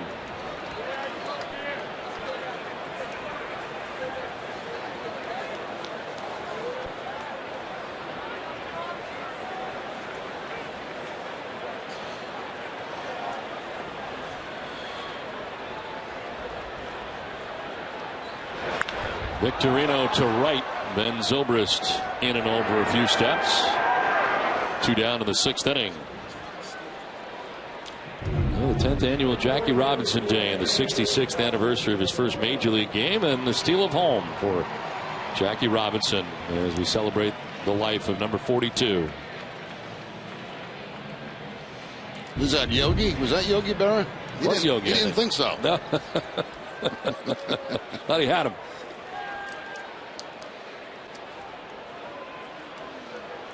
Two down in the 6th inning. Dustin Pedroia is 0 for 2. Grounded out to third, bounced out to second.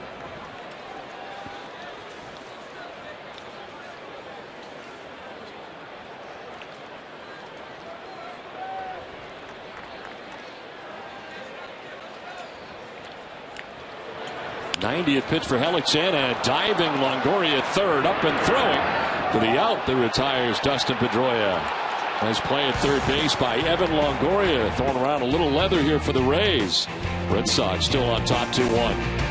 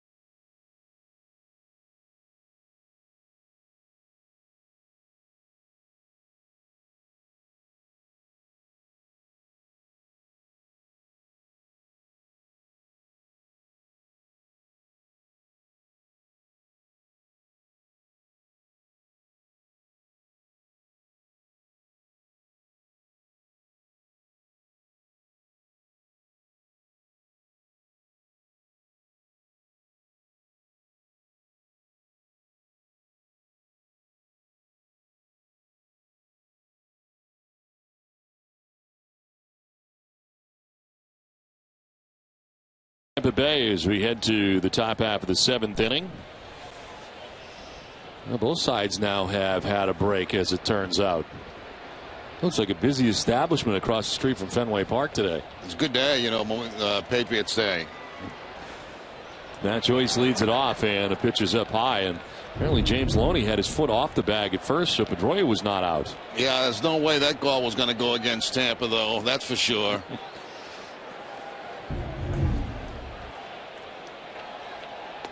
Well, Joyce will take the strike, and it evens at 1-1. Dempster back on the hill to begin things in the 7th inning.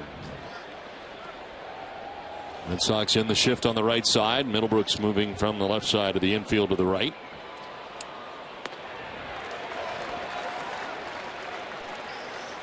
Junichi Tozawa now up in the Red Sox pen. First action we have seen out there today.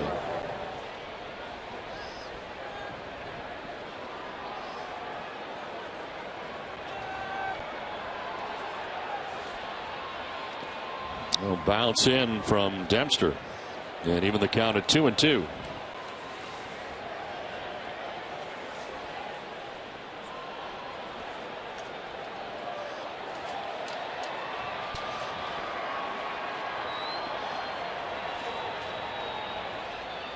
Swing and a miss, and Joyce strikes out. That's strikeout number 9 for Ryan Dempster. The majority of the strikeouts today for Dempster have been on this little cut fastball that he features.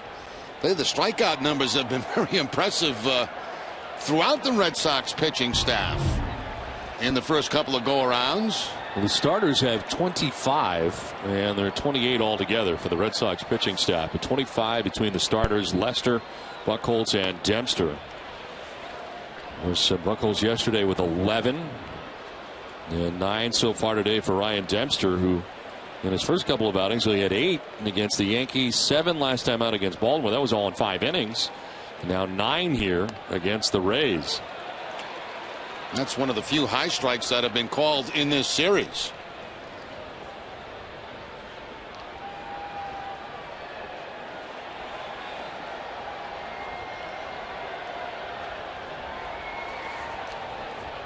One to Roberts, and a fly ball jolted out towards right center field. Victorino is there to make the catch for out number 2. Let's send it down to Jennings. Sox fans, download the Scan app to your mobile device and use it to know where the Sox will be all season long. Use it to scan the code on your TV screen and download the complete 2013 Red Sox schedule. NESN and NESN.com have made it simple to keep your Sox on all summer. Jerry, where do you see Cleveland in there? Do you see Cleveland in there anywhere? Yes, it's as we look at the top line. Yes. If you look, it's almost like a puzzle. And you look down at that first section to the right. That's Cleveland. It's right near the lake. 2 down for James Loney, who takes strike 1. You know, I think I might get a smartphone. Really? I think my wife might let me. She said if I promise to keep my phone on, maybe I can get one.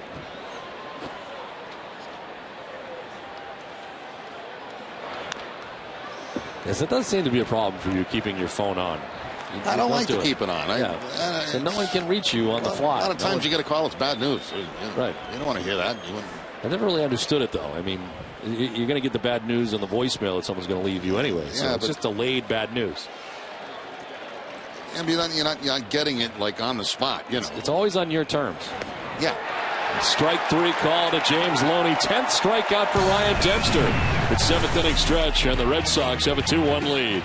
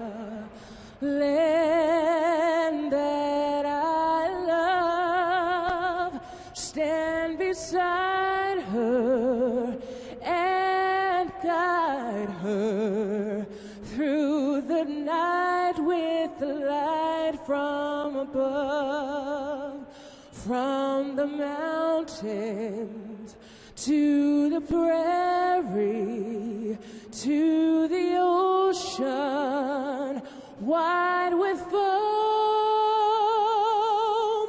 God bless America, my home sweet home.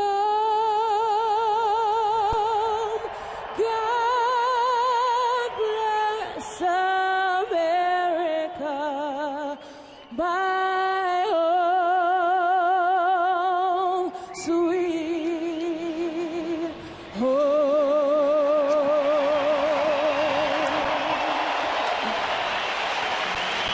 Nicely done here at Fenway Park as the Red Sox have a 2-1 lead and heading into the bottom of the 7th inning. 101 pitches thrown by Ryan Dempster. A pretty good day for him today, Jerry. Well, a brilliant performance again today by a Red Sox starter, Ryan Dempster. Big strikeout day today. A lot of strikeouts coming on the fastball, the cut fastball. And the Red Sox starting pitching, Lester Buchholz, and now Dempster piling up big strikeouts in this series against the Rays. Mike Napoli leading it off and popping it up around the mound. They're coming from everywhere now. From second base, Roberts takes charge and makes the catch. That is now 6 in a row retired by Hellickson. The Red Sox starting staff, 10 strikeouts per 9 innings. It's the best mark in the majors. And today, an even 10 for Ryan Dempster. 15 career games for Ryan Dempster with 10 or more strikeouts. Well, now it is Koji Uehara who is up in the Red Sox pen. Tozawa have been up last inning. Looks like Uehara will be coming in. 1 out for Jared Saltalamacchia, who is homered already today. Solo shot into the bullpen in right field. The Rays pen, and that is the difference in the game.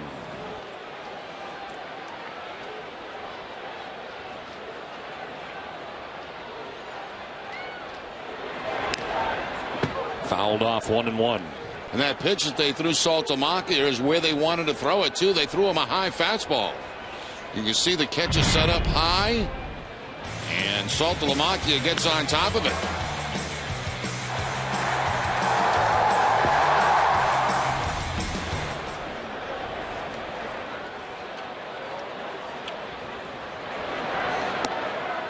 That's high, but too high.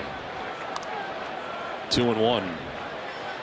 There's action for the Rays in the bullpen. Jake McGee, left-hander, up for Tampa Bay.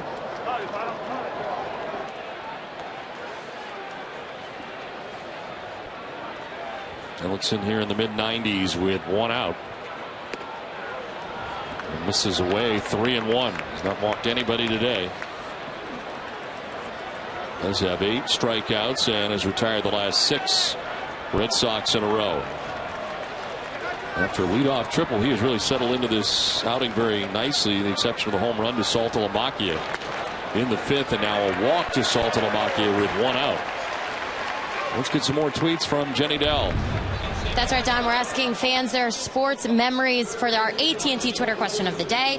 And our tweets we got back. Jesse Owens winning 4 gold medals at 1936 Berlin Olympics. The first World Series game following September 11th.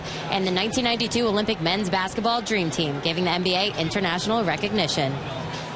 Well, excellent tweets. Yeah, very good today. Very good. 1 out, 1 on. Will Middlebrooks is 0 for 2 today. He's lined to right and struck out.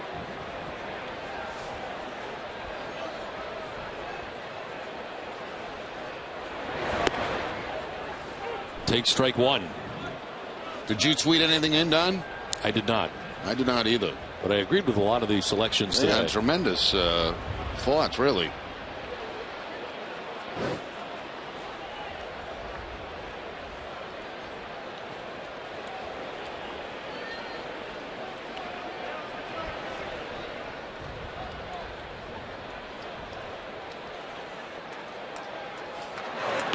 swing and a miss by Middlebrooks, off balance, and he's down 0-2. Hellickson's made a habit of that today, throwing Middlebrooks that changeup, and he's had very good success doing so. Struck him out on a changeup last time up. There's the changeup again, this time away from Middlebrooks.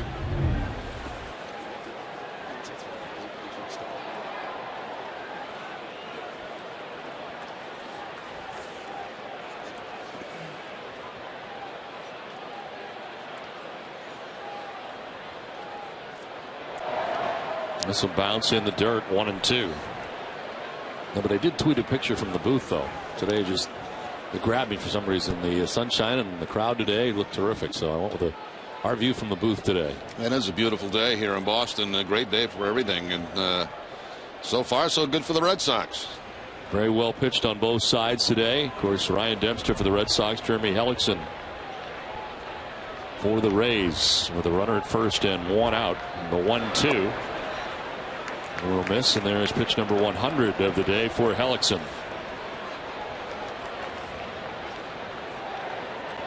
Coming in at 0-1 with a 6.35 earned run average. Only allowing 2 runs so far today.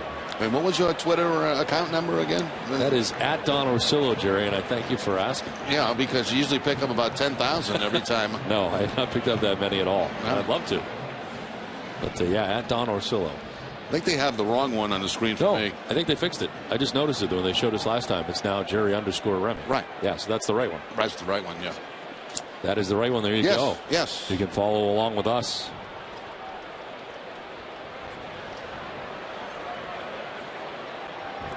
Two pitch is grounded foul.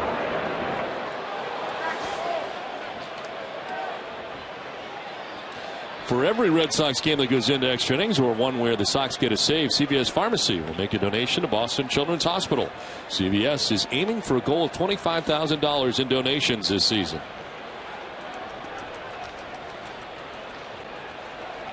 A one-out walk for Saltalamacchia, and they check on him at first base. He dives back to the bag.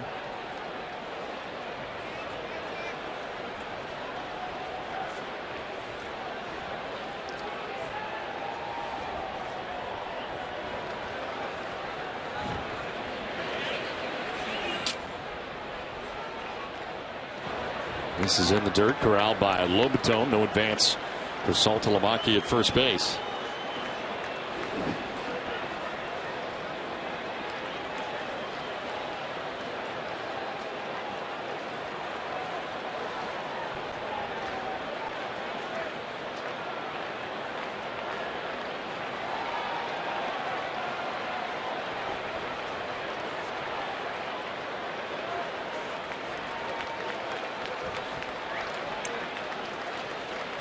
Three-two pitch to Will Middlebrooks.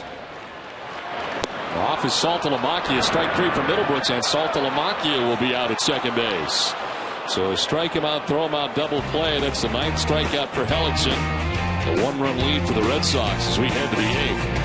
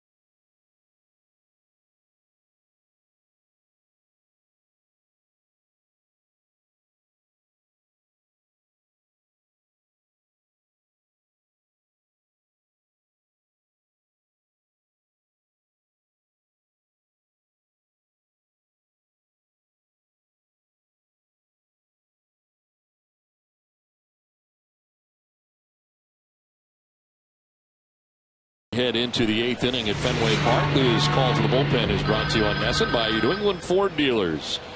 And Koji Uehara into the game for the Red Sox. His 6th appearance. He's not given up a run in 4 1/3 innings. This one hit in 4 1/3 innings. 1 walk, 4 strikeouts in. Opponent's hitting at 0.71 against Uehara. This is our Coors Light Refresherator. And from the Red Sox bullpen is Uehara. Sox fans, there's a new reliever in town, and he's throwing silver bullets. Plus an occasional split. Oh, bubblegum head. That's what they call him. It's like Sean Rodriguez.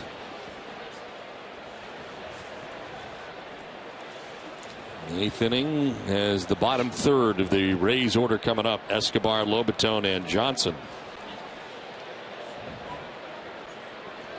Escobar 0 for 2. He's grounded out to short and flied out to center. A very good 7 innings turned in today by Ryan Dempster, who gives up a total of 2 hits in his outing. 1 run, the home run by Evan Longoria. He walks 2 and strikes out 10. Well, the starters have been terrific in this series. John Lester on Saturday, Clay Buchholz on Sunday, Ryan Dempster today. No decision for Lester. The win, of course, yesterday for Buchholz, and Dempster the Pirates with a chance to get a win. This is out to deep center. Ellsbury on the warning track to make the catch for the first out. That ball left the bat, and I thought it possibly had enough to get up off that wall down around the 379, but Ellsbury able to track it and make the catch. 2-0 fastball that's up about letter high, and Escobar hit that ball very well, but Ellsbury there to make the play with room to spare.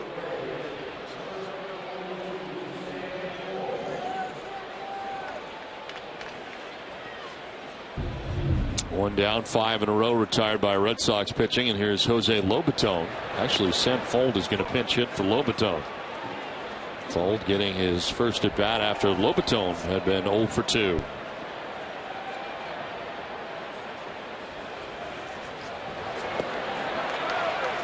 Fuld got the start in right field yesterday for the Rays, and pinch hitting here with 1 down in the 8th. New Hampshire native reaches out and grounds 1 to first base. Napoli to Uehara. 2 down.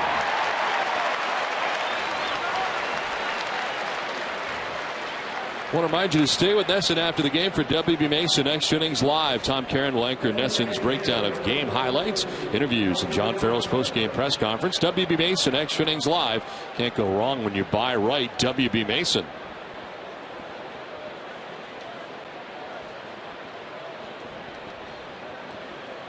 Guys will be down on Yawkey Way after the ball game today. 2 down in the 8th. Kelly Johnson's 3rd plate appearance of the day.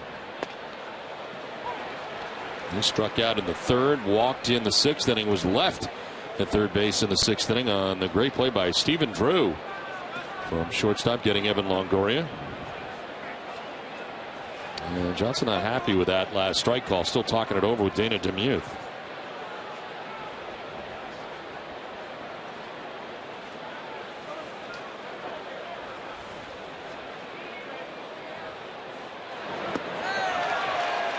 Good split-fingered fastball that time from Uehara. That's how he got full to ground out to first base, and now get the swing and miss from Kelly Johnson.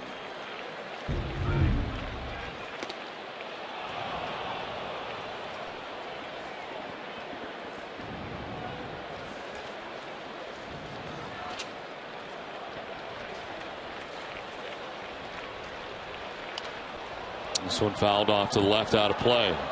Well, Dunkin' Donuts is proud to give back at every Red Sox home game. Dunkin' hosts a nonprofit children's organization. Thousands of kids have had the chance to catch a Sox game thanks to Dunkin' Donuts. Today we welcome the Italian Home for Children from Jamaica Plain to historic Fenway Park. Dunkin' Donuts, committed to the community.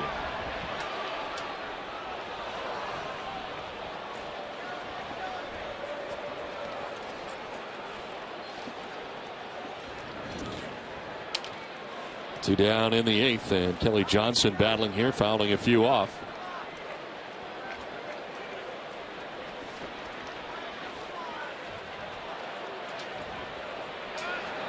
Swing and a miss. Kelly Johnson strikes out. Another impressive inning for Koji Uehara. You know he's fired up. Red Sox on top 2-1.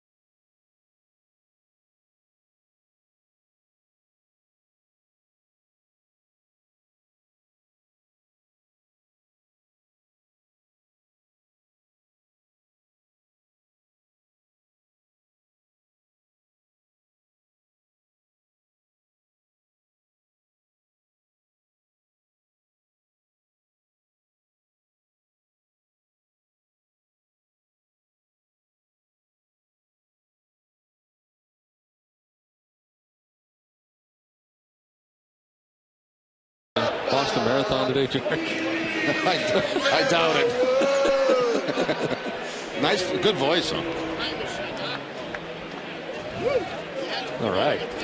Well, we head to the bottom of the 8th inning. Stephen Drew, Johnny Gomes, and Jackie Bradley Jr. will be dealing with the new Rays pitcher as Jake McGee, the hard-throwing left-hander, comes into the game for the Rays. His 6th appearance, an ERA of 11.25 for McGee, who takes over for Jeremy Hellickson with the first 7 innings. Pitched very well today, giving up 3 hits to the Red Sox and just the 2 runs, and he is on the hook as he departs. Another very good outing for Uehara. The last 20 games, some of these numbers: 24 Ks to 2 walks.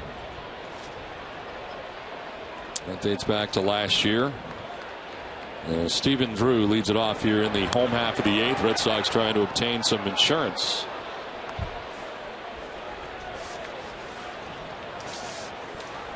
$37,449 on hand today. A sellout again at Fenway Park. After just a couple of games that were not sold out here at Fenway Park. And of course the streak coming to an end last week.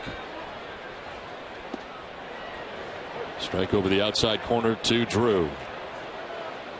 New catcher for the Rays after Lobaton was hit for by fault is Jose Molina, who started yesterday's game for the Rays behind the plate.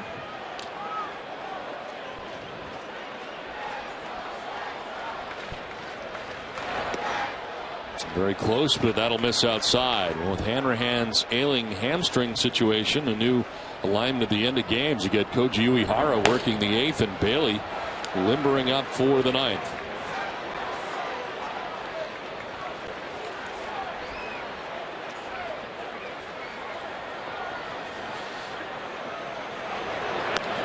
Outside, and it evens at 2-2.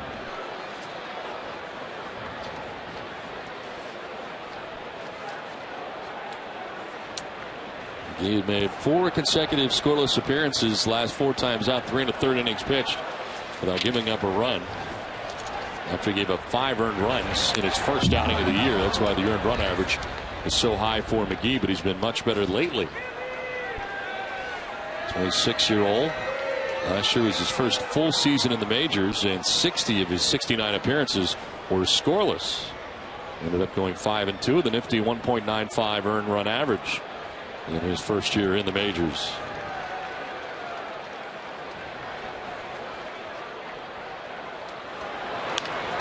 Sliced foul off to the left, out of play. Everything away from Stephen Drew in this at bat, with the exception of one pitch down the middle, but everything else away from him. Lefty against lefty.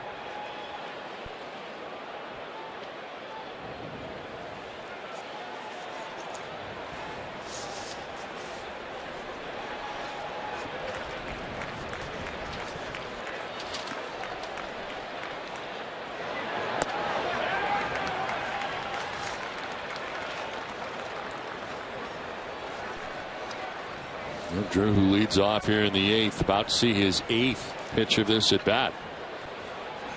Able to double his last time up in the 5th inning. Pops it up foul, back and out of play.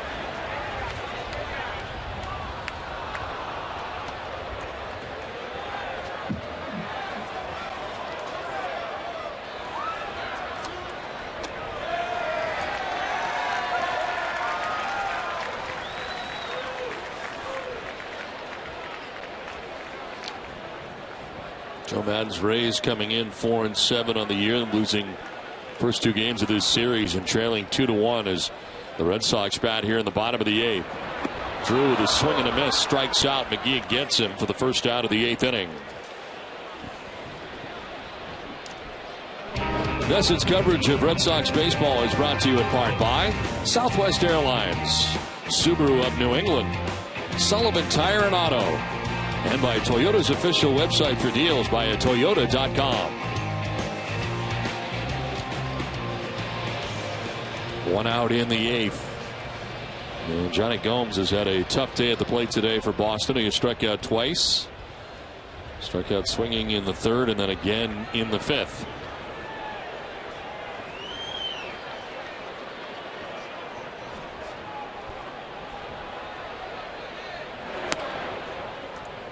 That last pitch to Stephen Drew was pretty nasty. 98-mile-an-hour fastball on the outside part of the plate to get the strikeout against Drew. Lefty against lefty. 98.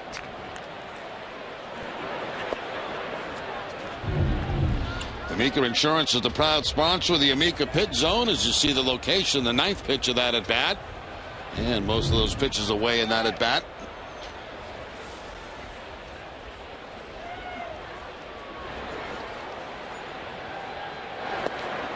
2-0 is in there for a strike. 2-1. Fastball at 95.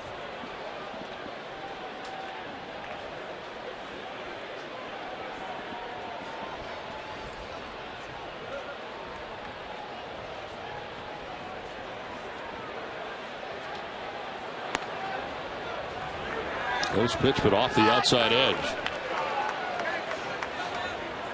And that strikeout by McGee marks the 10th strikeout of the day for Tampa Bay pitching. Red Sox pitchers with 11 strikeouts, between the 10 for Dempster and 1 for Uehara. Over the inside corner, and Gomes gets the bad news from Dana Demuth that he had ball 4. Looked like a pretty good pitch. Let's take another look. McGee coming inside with the fastball, did get the corner, as Gomes was starting to take off that elbow pad on his way down to first base.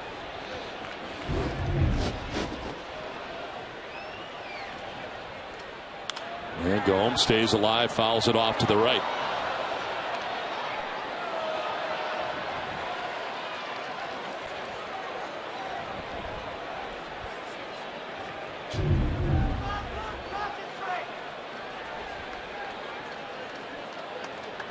Foul ball traveled quite a distance.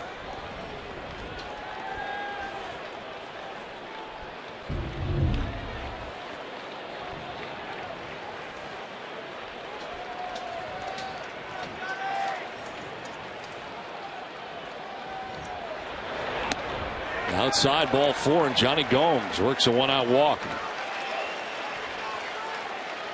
Well, coming up tomorrow on the Dennis and Callahan Show, DNC will break down all the Patriots Day action here in Boston, as well as talk about the Sox traveling to Cleveland to play against their former manager, Terry Francona. It all begins at 6 a.m. here on NESN and on 93.7 WEEI-FM.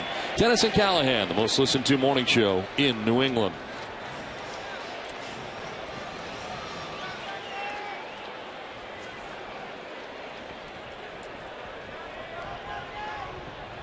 One out, one on. Jackie Bradley Jr. 0 for 2 in the game. He is struck out and flied out.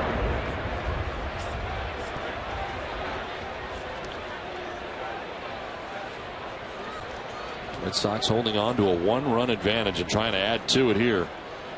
Love to pick up an insurance run in the 8th. Looking ahead to the 9th, it is the top of the Rays order. Jennings, Zobrist, and Longoria scheduled to bat. And Bailey ready in the pen.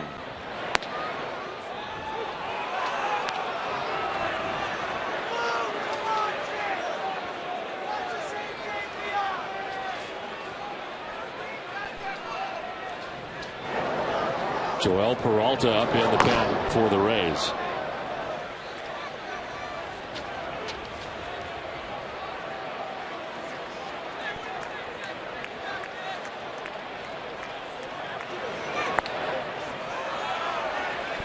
The Sox have now hit 13 home runs this season, and with it, Hess and Hess Express donate another $500 to the Red Sox Foundation. That brings the season total to $6,500. Hess and Hess Express committed to helping the cause.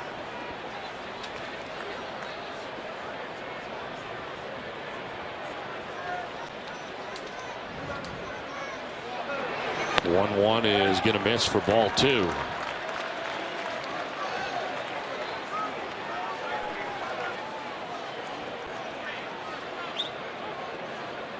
And Jim Hickey coming out to talk to McGee.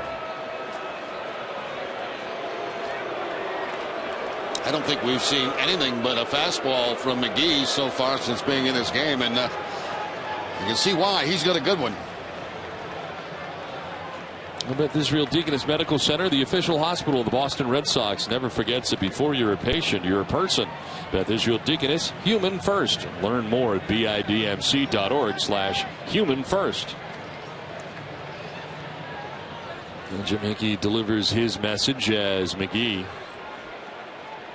deals with Jackie Bradley Jr. with 1 out and Johnny Gomes at first base.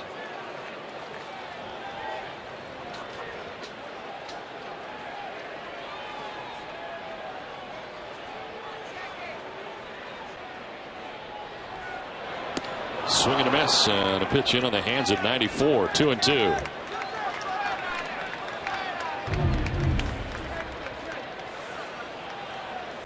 After going away with a couple of pitches, trying to go up and away back to the inside part of the plate that time to even the count at 2-2.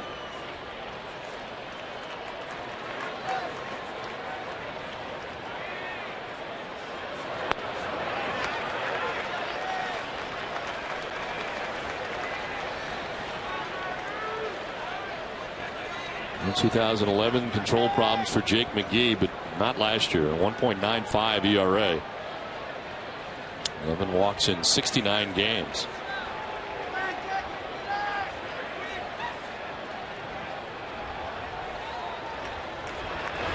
Jackie Bradley Jr. strikes out. 96-mile-an-hour fastball that was up, and the second strikeout for McGee. 2 down. Not sure Jackie Bradley Jr. knew exactly that it was 3 strikes. He was still standing near home plate after the swing and miss.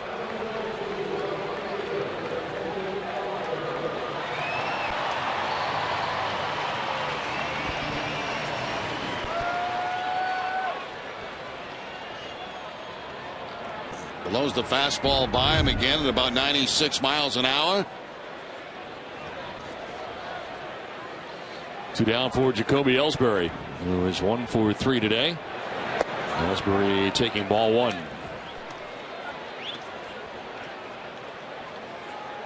Tripled back in the first inning, scored the Red Sox first run. He is fouled out to third and flied out deeply to center field to the warning track, sending Desmond Jennings onto the track out in center.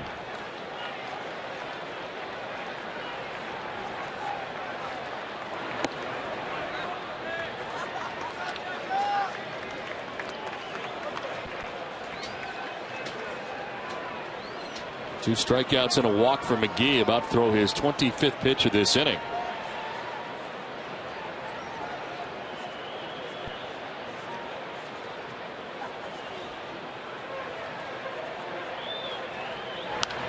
And sliced foul off to the left, out of play.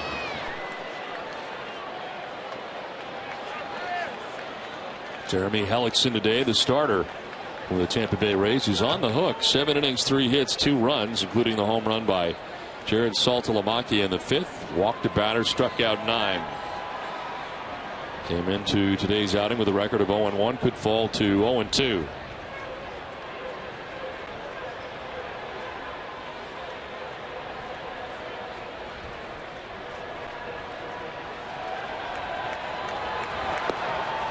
Strike over the outside corner, and Ellsbury walks away shaking his head. 2-2. That's pretty nasty right there from McGee. I'll tell you, this fastball is alive. It's got the outside corner right down about knee high. Don't want to have to swing at that pitch unless you get 2 strikes on you. And they're not likely to do much with it.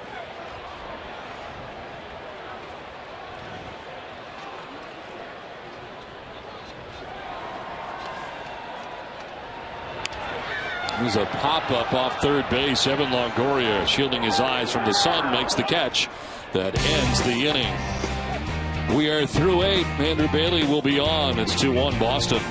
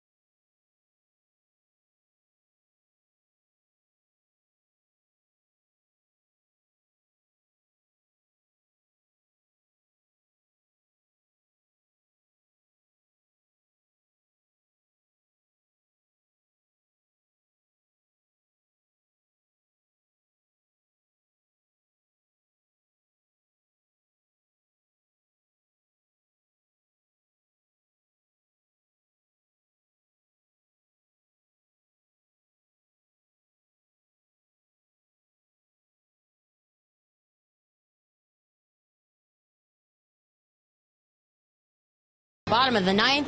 As you can see, Joel Hanrahan not out there.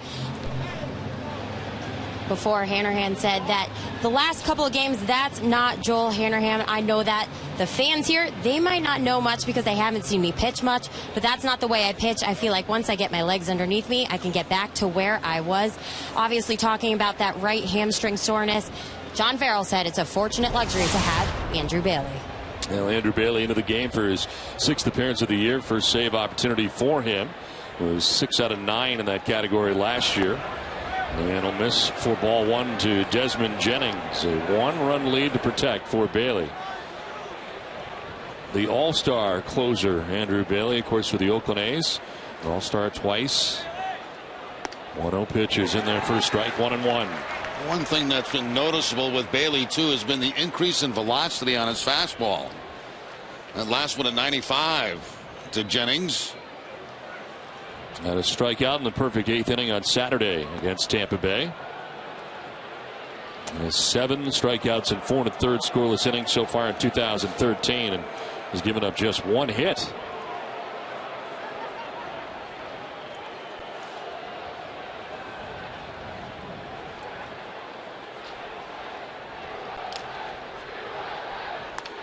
This one fouled back above us.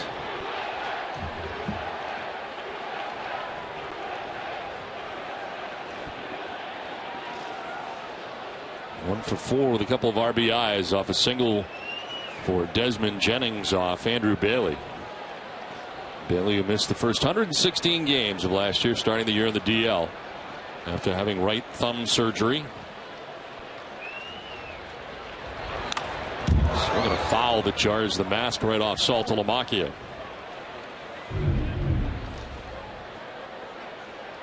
Well, Saltalamacchia may need some Advil after this foul ball off the mask.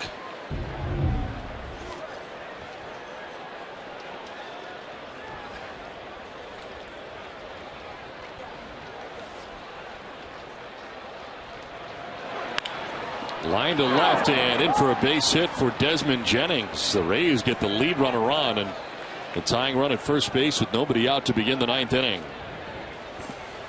I remind you to stay with NESN after the game for WB Mason Extra Innings Live. Tom Caron will anchor NESN's breakdown of game highlights, interviews, and John Farrell's post-game press conference. WB Mason Extra Innings Live. Can't go wrong when you buy right. WB Mason. That's some nice hitting there by Jennings. He got the cut fastball from Bailey and was able to reach out and line that ball and get that leadoff man on here in the top of the 9th. So he gets speed at first base.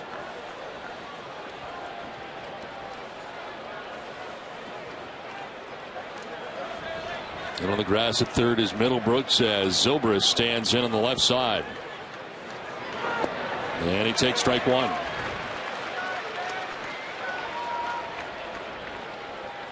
Three for 5 against Bailey. Pretty good success, a double and a home run.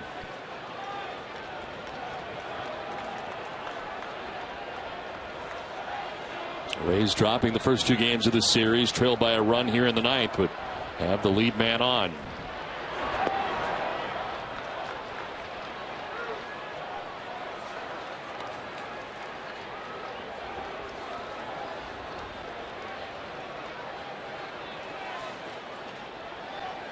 Evan Longoria waiting on deck for Tampa Bay. He supplied their only run of the afternoon as he had a solo shot off Ryan Dempster back in the 4th inning. There goes Jennings at first. Pitches high for a ball, and the throw is going to get away. And no advance beyond second for Jennings. It is run down finally by Napoli over at first base, but a stolen base for Jennings in scoring position with nobody out. Now, fortunately for the Red Sox, too, Jennings goes in diving head first and did not know where the ball had gone. He's looking out toward the outfield. He doesn't see it out there. It's behind him. And Napoli there to make the play on it. That ball bouncing, knocked down by Drew, backed up by Pedroia. A little deep by Pedroia like he was making the play on it. And that might have kept Jennings at second base.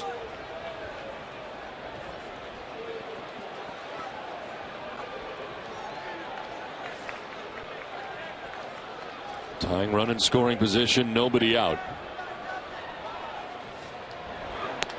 Outside for ball 3.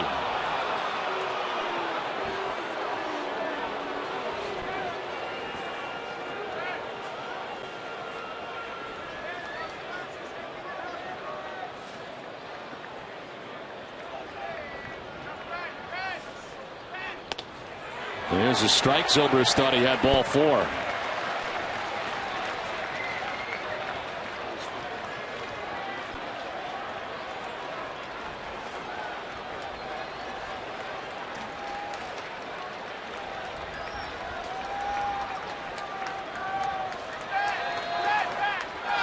Zobrist down the left field line. Jackie Bradley Jr. will dive. Can't make the catch, and Jennings is going to try and score. Here comes the throw to the plate. It will not be on line.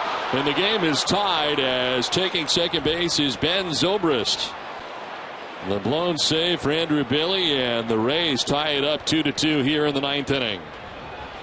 Well, a nice effort by Bradley Jr. in left field, but the throw's got to go to second base. That run's going to score. Once the ball drops in, that run is going to score. And what you've got to do now is keep the man off second base. That potential go-ahead run. Instead, he tries to throw it all the way to home. It's off the mark, and the runner goes into scoring position at second.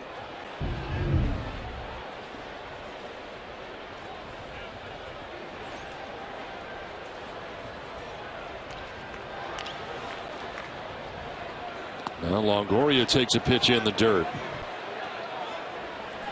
They credit Zobrist with a single, takes second on the throw.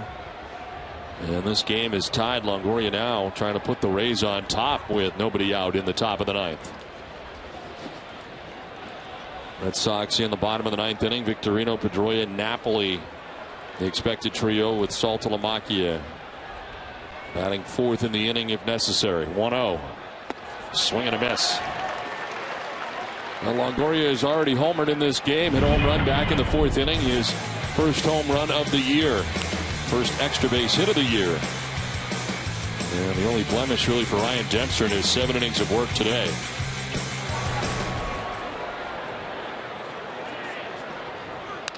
Longoria fouls it straight back. 1-2. And now Peralta has been joined by the Rays closer Fernando Rodney.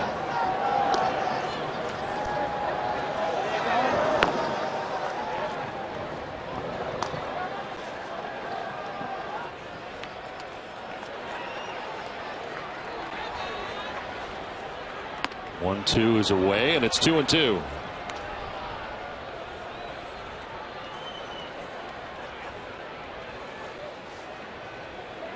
Desmond Jennings getting it all started with a single to right field, and he stole second base.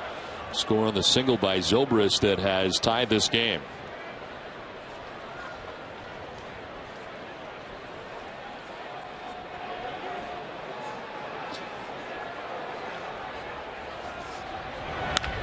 Longoria grounded foul.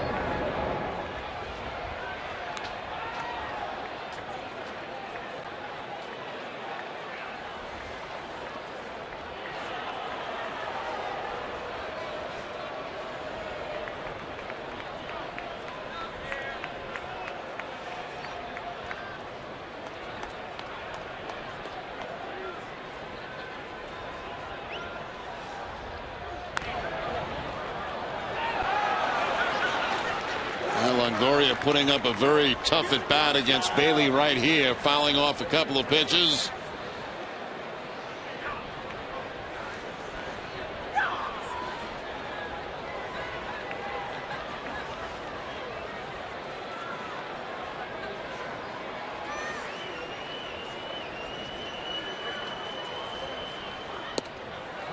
Downstairs for ball 94. Full count, 3-2. This will already be the 20th pitch of the inning. No outs have been recorded, and the longest outing pitches wise so far for Andrew Bailey. Nobody up in the pen behind him. 3-2. And Longoria went around. Strike three. Wendell Hernandez ringing him up from the first base side, and Longoria is out number one of the ninth. I don't think there's any question. This is a swing by Longoria. Let's take a look from the side. Yeah, he did break those wrists.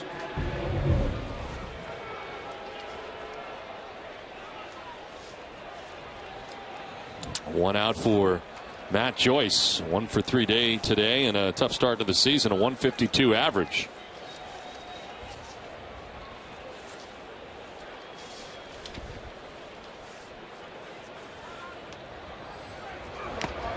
Joyce with a foul tip.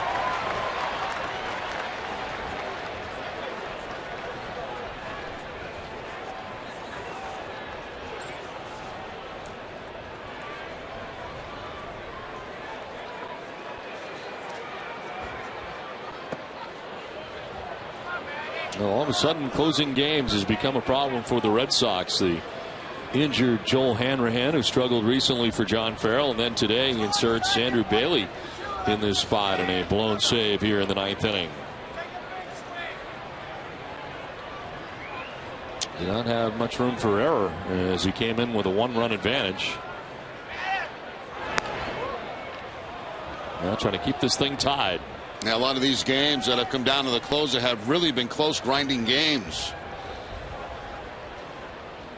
Jennings with a very good at bat, I thought, against Bailey to start this sitting off. Hit a cut fastball. Got himself on first base with nobody out. Stole a base with that speed.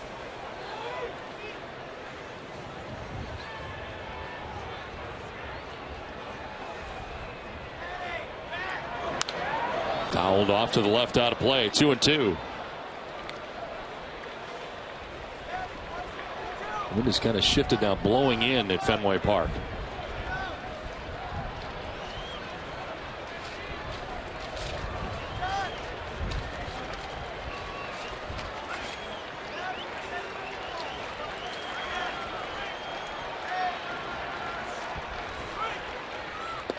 Joyce strikes out looking. That grabs the inside corner. Back-to-back Ks for Bailey. Now Bailey this time going to the cut fastball to pick up the strikeout.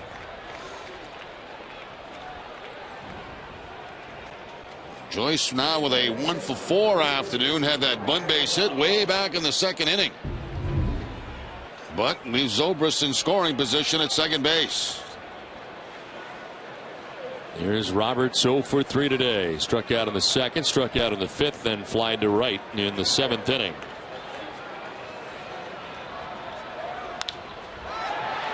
Popped up around the bag at second. Pedroia is there, and he makes the catch that ends the inning. Game tied as we head to the bottom of the ninth inning. Victorino, Pedroia, and Napoli to bat.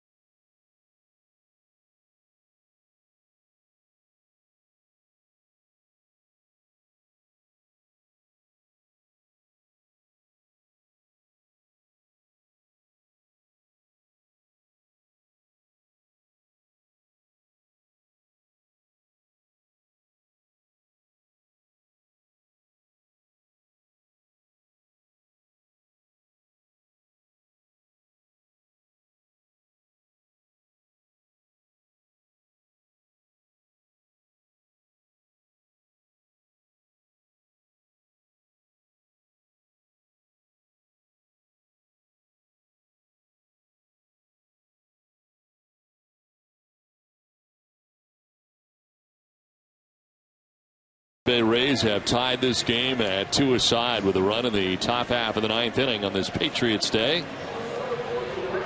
And the Rays will move on to their third pitcher of the day. In a tie game, they elect to go with Joel Peralta, his sixth appearance. No record, a 1.93 earned run average. 4 2/3, 4 hits, hasn't walked anybody, and struck out 4. Opponent sitting at 235 against Peralta. Very reliable reliever out of Joe Madden's pen. Last couple of seasons for him. Last 4 appearances have all been scoreless for Peralta. 37-year-old entering his third year with the Tampa Bay Rays, 9th in the majors. And it is Shane Victorino to lead it off against Peralta.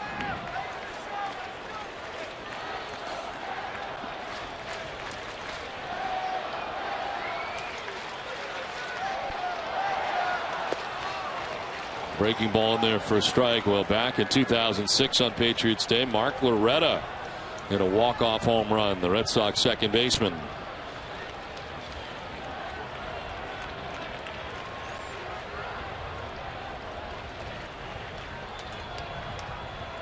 Oh, 1 to Victorino. He'll foul it back, down 0-2. Mark Loretta, nice way to start his Red Sox career early in the season on Patriots Day. A walk-off victory for the Red Sox.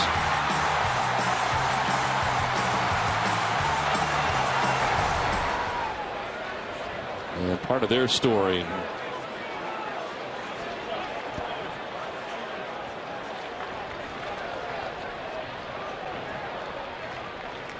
No 2 is grounded foul over by the Red Sox. Dugout still 0-2. And Loney at first base right on the line trying to prevent that two-base hit. No success for Victorino against Peralta in his career.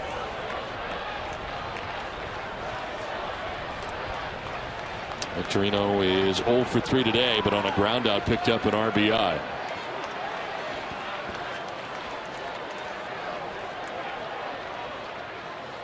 Victorino reaches out, sends it down the left field line. Joyce on the run will make the catch. Almost overran that. He had to reach back to reel it in for the first out of the inning. Looked like a little bit of a late break by Matt Joyce out in left field, which led you to believe that that ball was going to drop in, but across and then back and makes the catch going away. So Joyce right there saves 2 bases.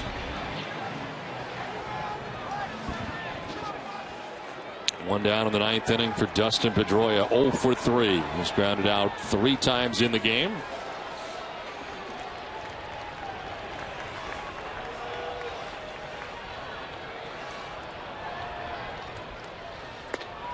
In there for strike 1.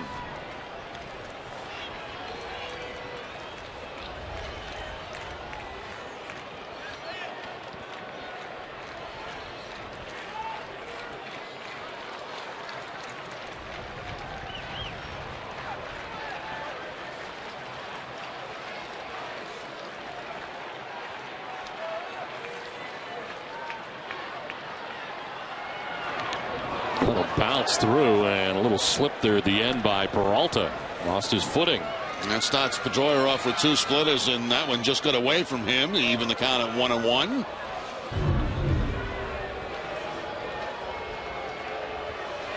Directly down in the dirt.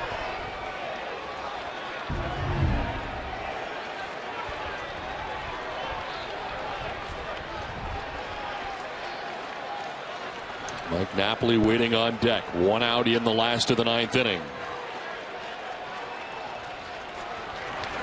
Pedroia lays off, or did he? Yes, he did. Angel Hernandez says he didn't go.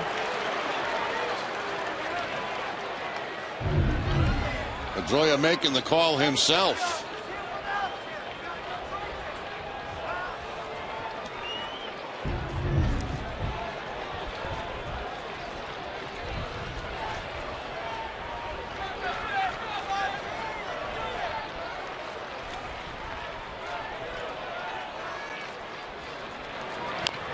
Grounds it foul off his shoe tops. 2-2. And right back to the splitter. Dustin's seen 3 splitters in this at bat, 1 fastball.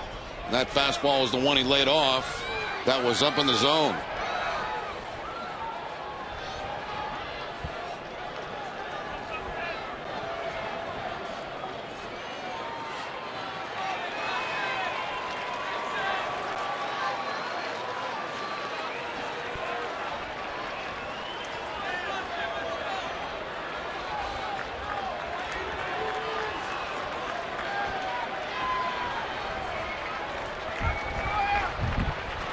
One down, bottom of the 9th inning.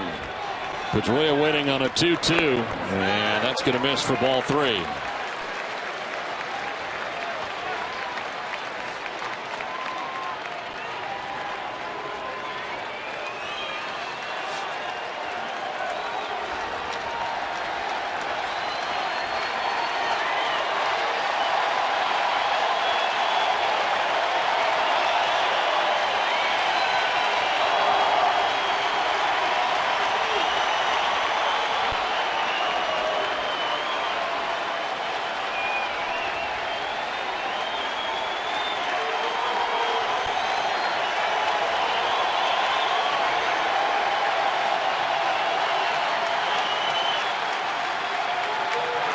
Pedroia fouls it off to the right. We'll do it again.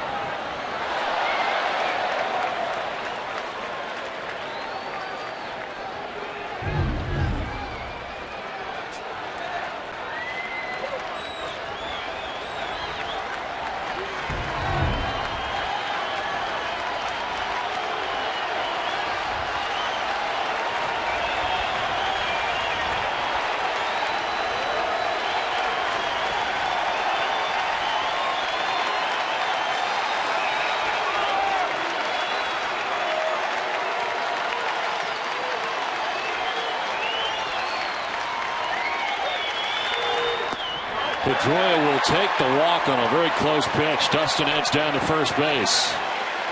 Joe Madden wants to know where that pitch was. Yeah, it looked like, according to the Mika strike zone, it got to the top of the strike zone, but not called a strike. Joe Madden barking out at Demuth, the home plate umpire. Molina having some words with him.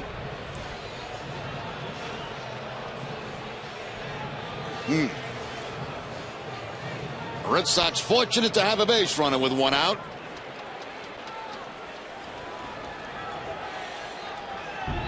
Eighth walk for Dustin Pedroia leads the team in that category.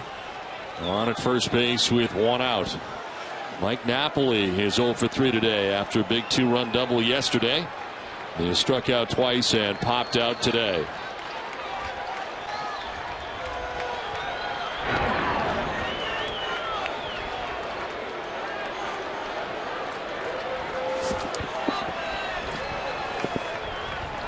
So far, one stolen base this year for Pedroia. Held on at first base by James Loney.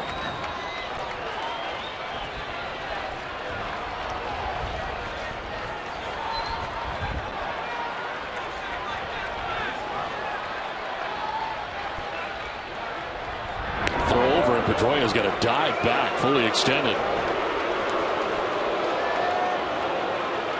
Well, John, if you're going to pop one out of this ballpark right now, as we look at Pedroia getting back, you're going to have to hit it pretty good. That sea breeze, as you mentioned, has really kicked in over the last couple of innings. It was blowing straight in.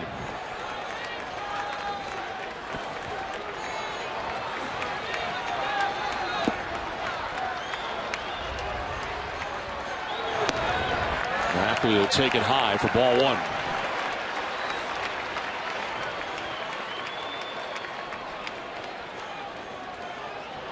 Does have a home run against Peralta in his career.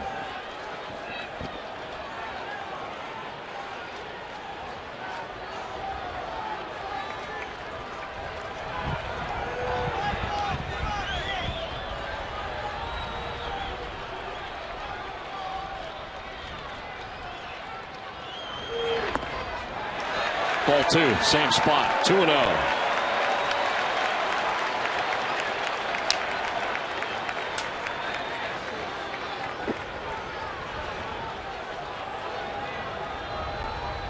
Rays tying the score in the top half of the ninth inning, 2-2. Red Sox batting in the bottom of the ninth with one out, winning run at first base.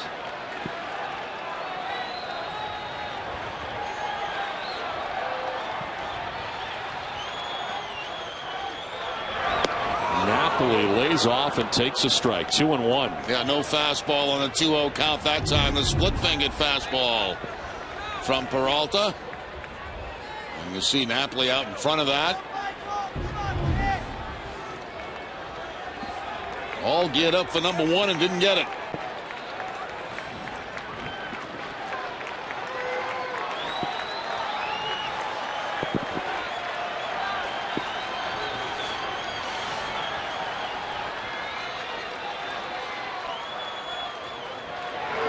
Napoli fouls this off of Molina, and that'll stagger him.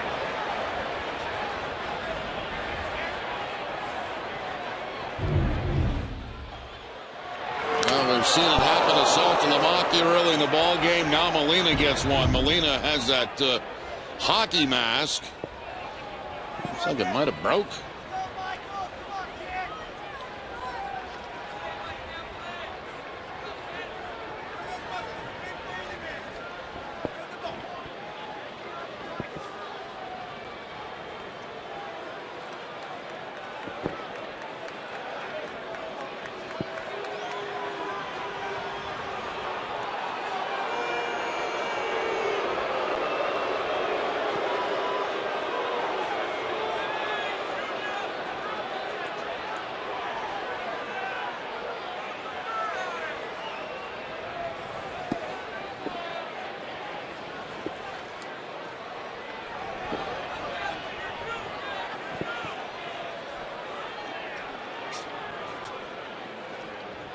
if Molina has another mask. I mean, do you carry a backup mask in that situation? It doesn't happen often. It would either be out in the bullpen where he may have had his catcher's bag or in the back in the clubhouse.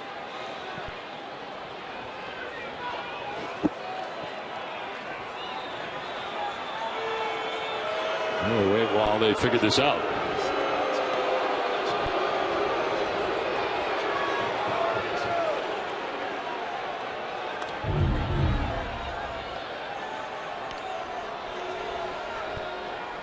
See something pop off that mask right there. It's the left of Molina. Now Molina comes back out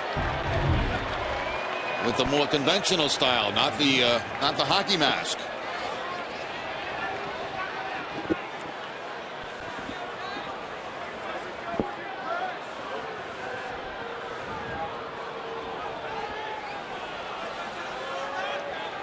So Molina ready to go as they had brought back his mask apparently, or another.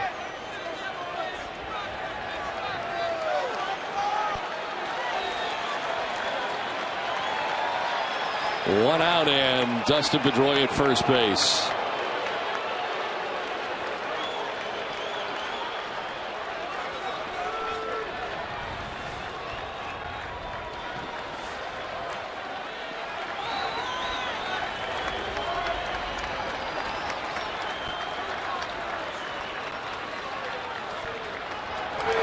Napoli to left field. Does it have enough? Back goes Joyce looking up. That ball is off the wall.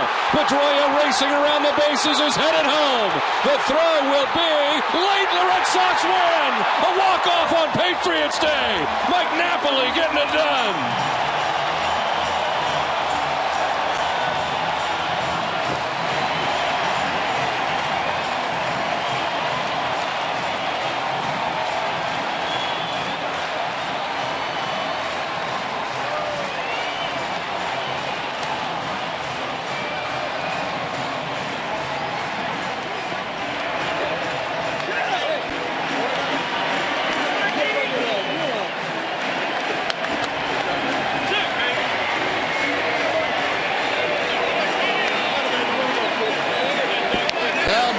Gets a split-fingered fastball that time and reaches down, and he's so strong with contact, gets it up and off that wall, and Pedroia able to score all the way from first. Dustin, knowing that ball's going to make the wall, never hesitated around the bases and has no problem scoring.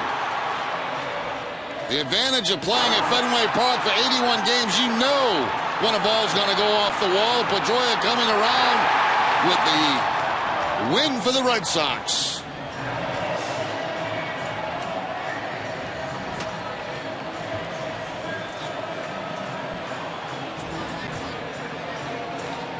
What a way to finish the day for the Red Sox, and Mike Napoli, among the newest members of the Red Sox, gets it done as we send it down to the field to Jenny Dell. A great day in Boston. Patriots Day, Marathon Monday, Jackie Robinson Day. Winning this game in walk-off fashion, describe the feeling. It's just a great day. You know, good job by Dempster today, going 7 solid innings, and a great team win.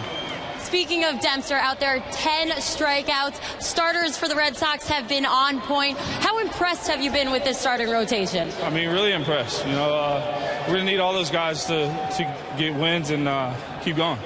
Red Sox have now won 3 out of the 4 series to start off this season. How are you going to carry this momentum going forward, going to Cleveland to face Terry Francona and the Indians? Yeah, we're just going to take it one day at a time, you know, come out here, play hard, you know, get some good pitching defense, and just try to score enough runs.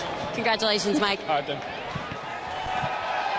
Mike Napoli with a game-winning hit. Dustin Pedroia scores, and the Red Sox win it 3-2 in walk-off fashion. Pretty good day here from the park, Tom.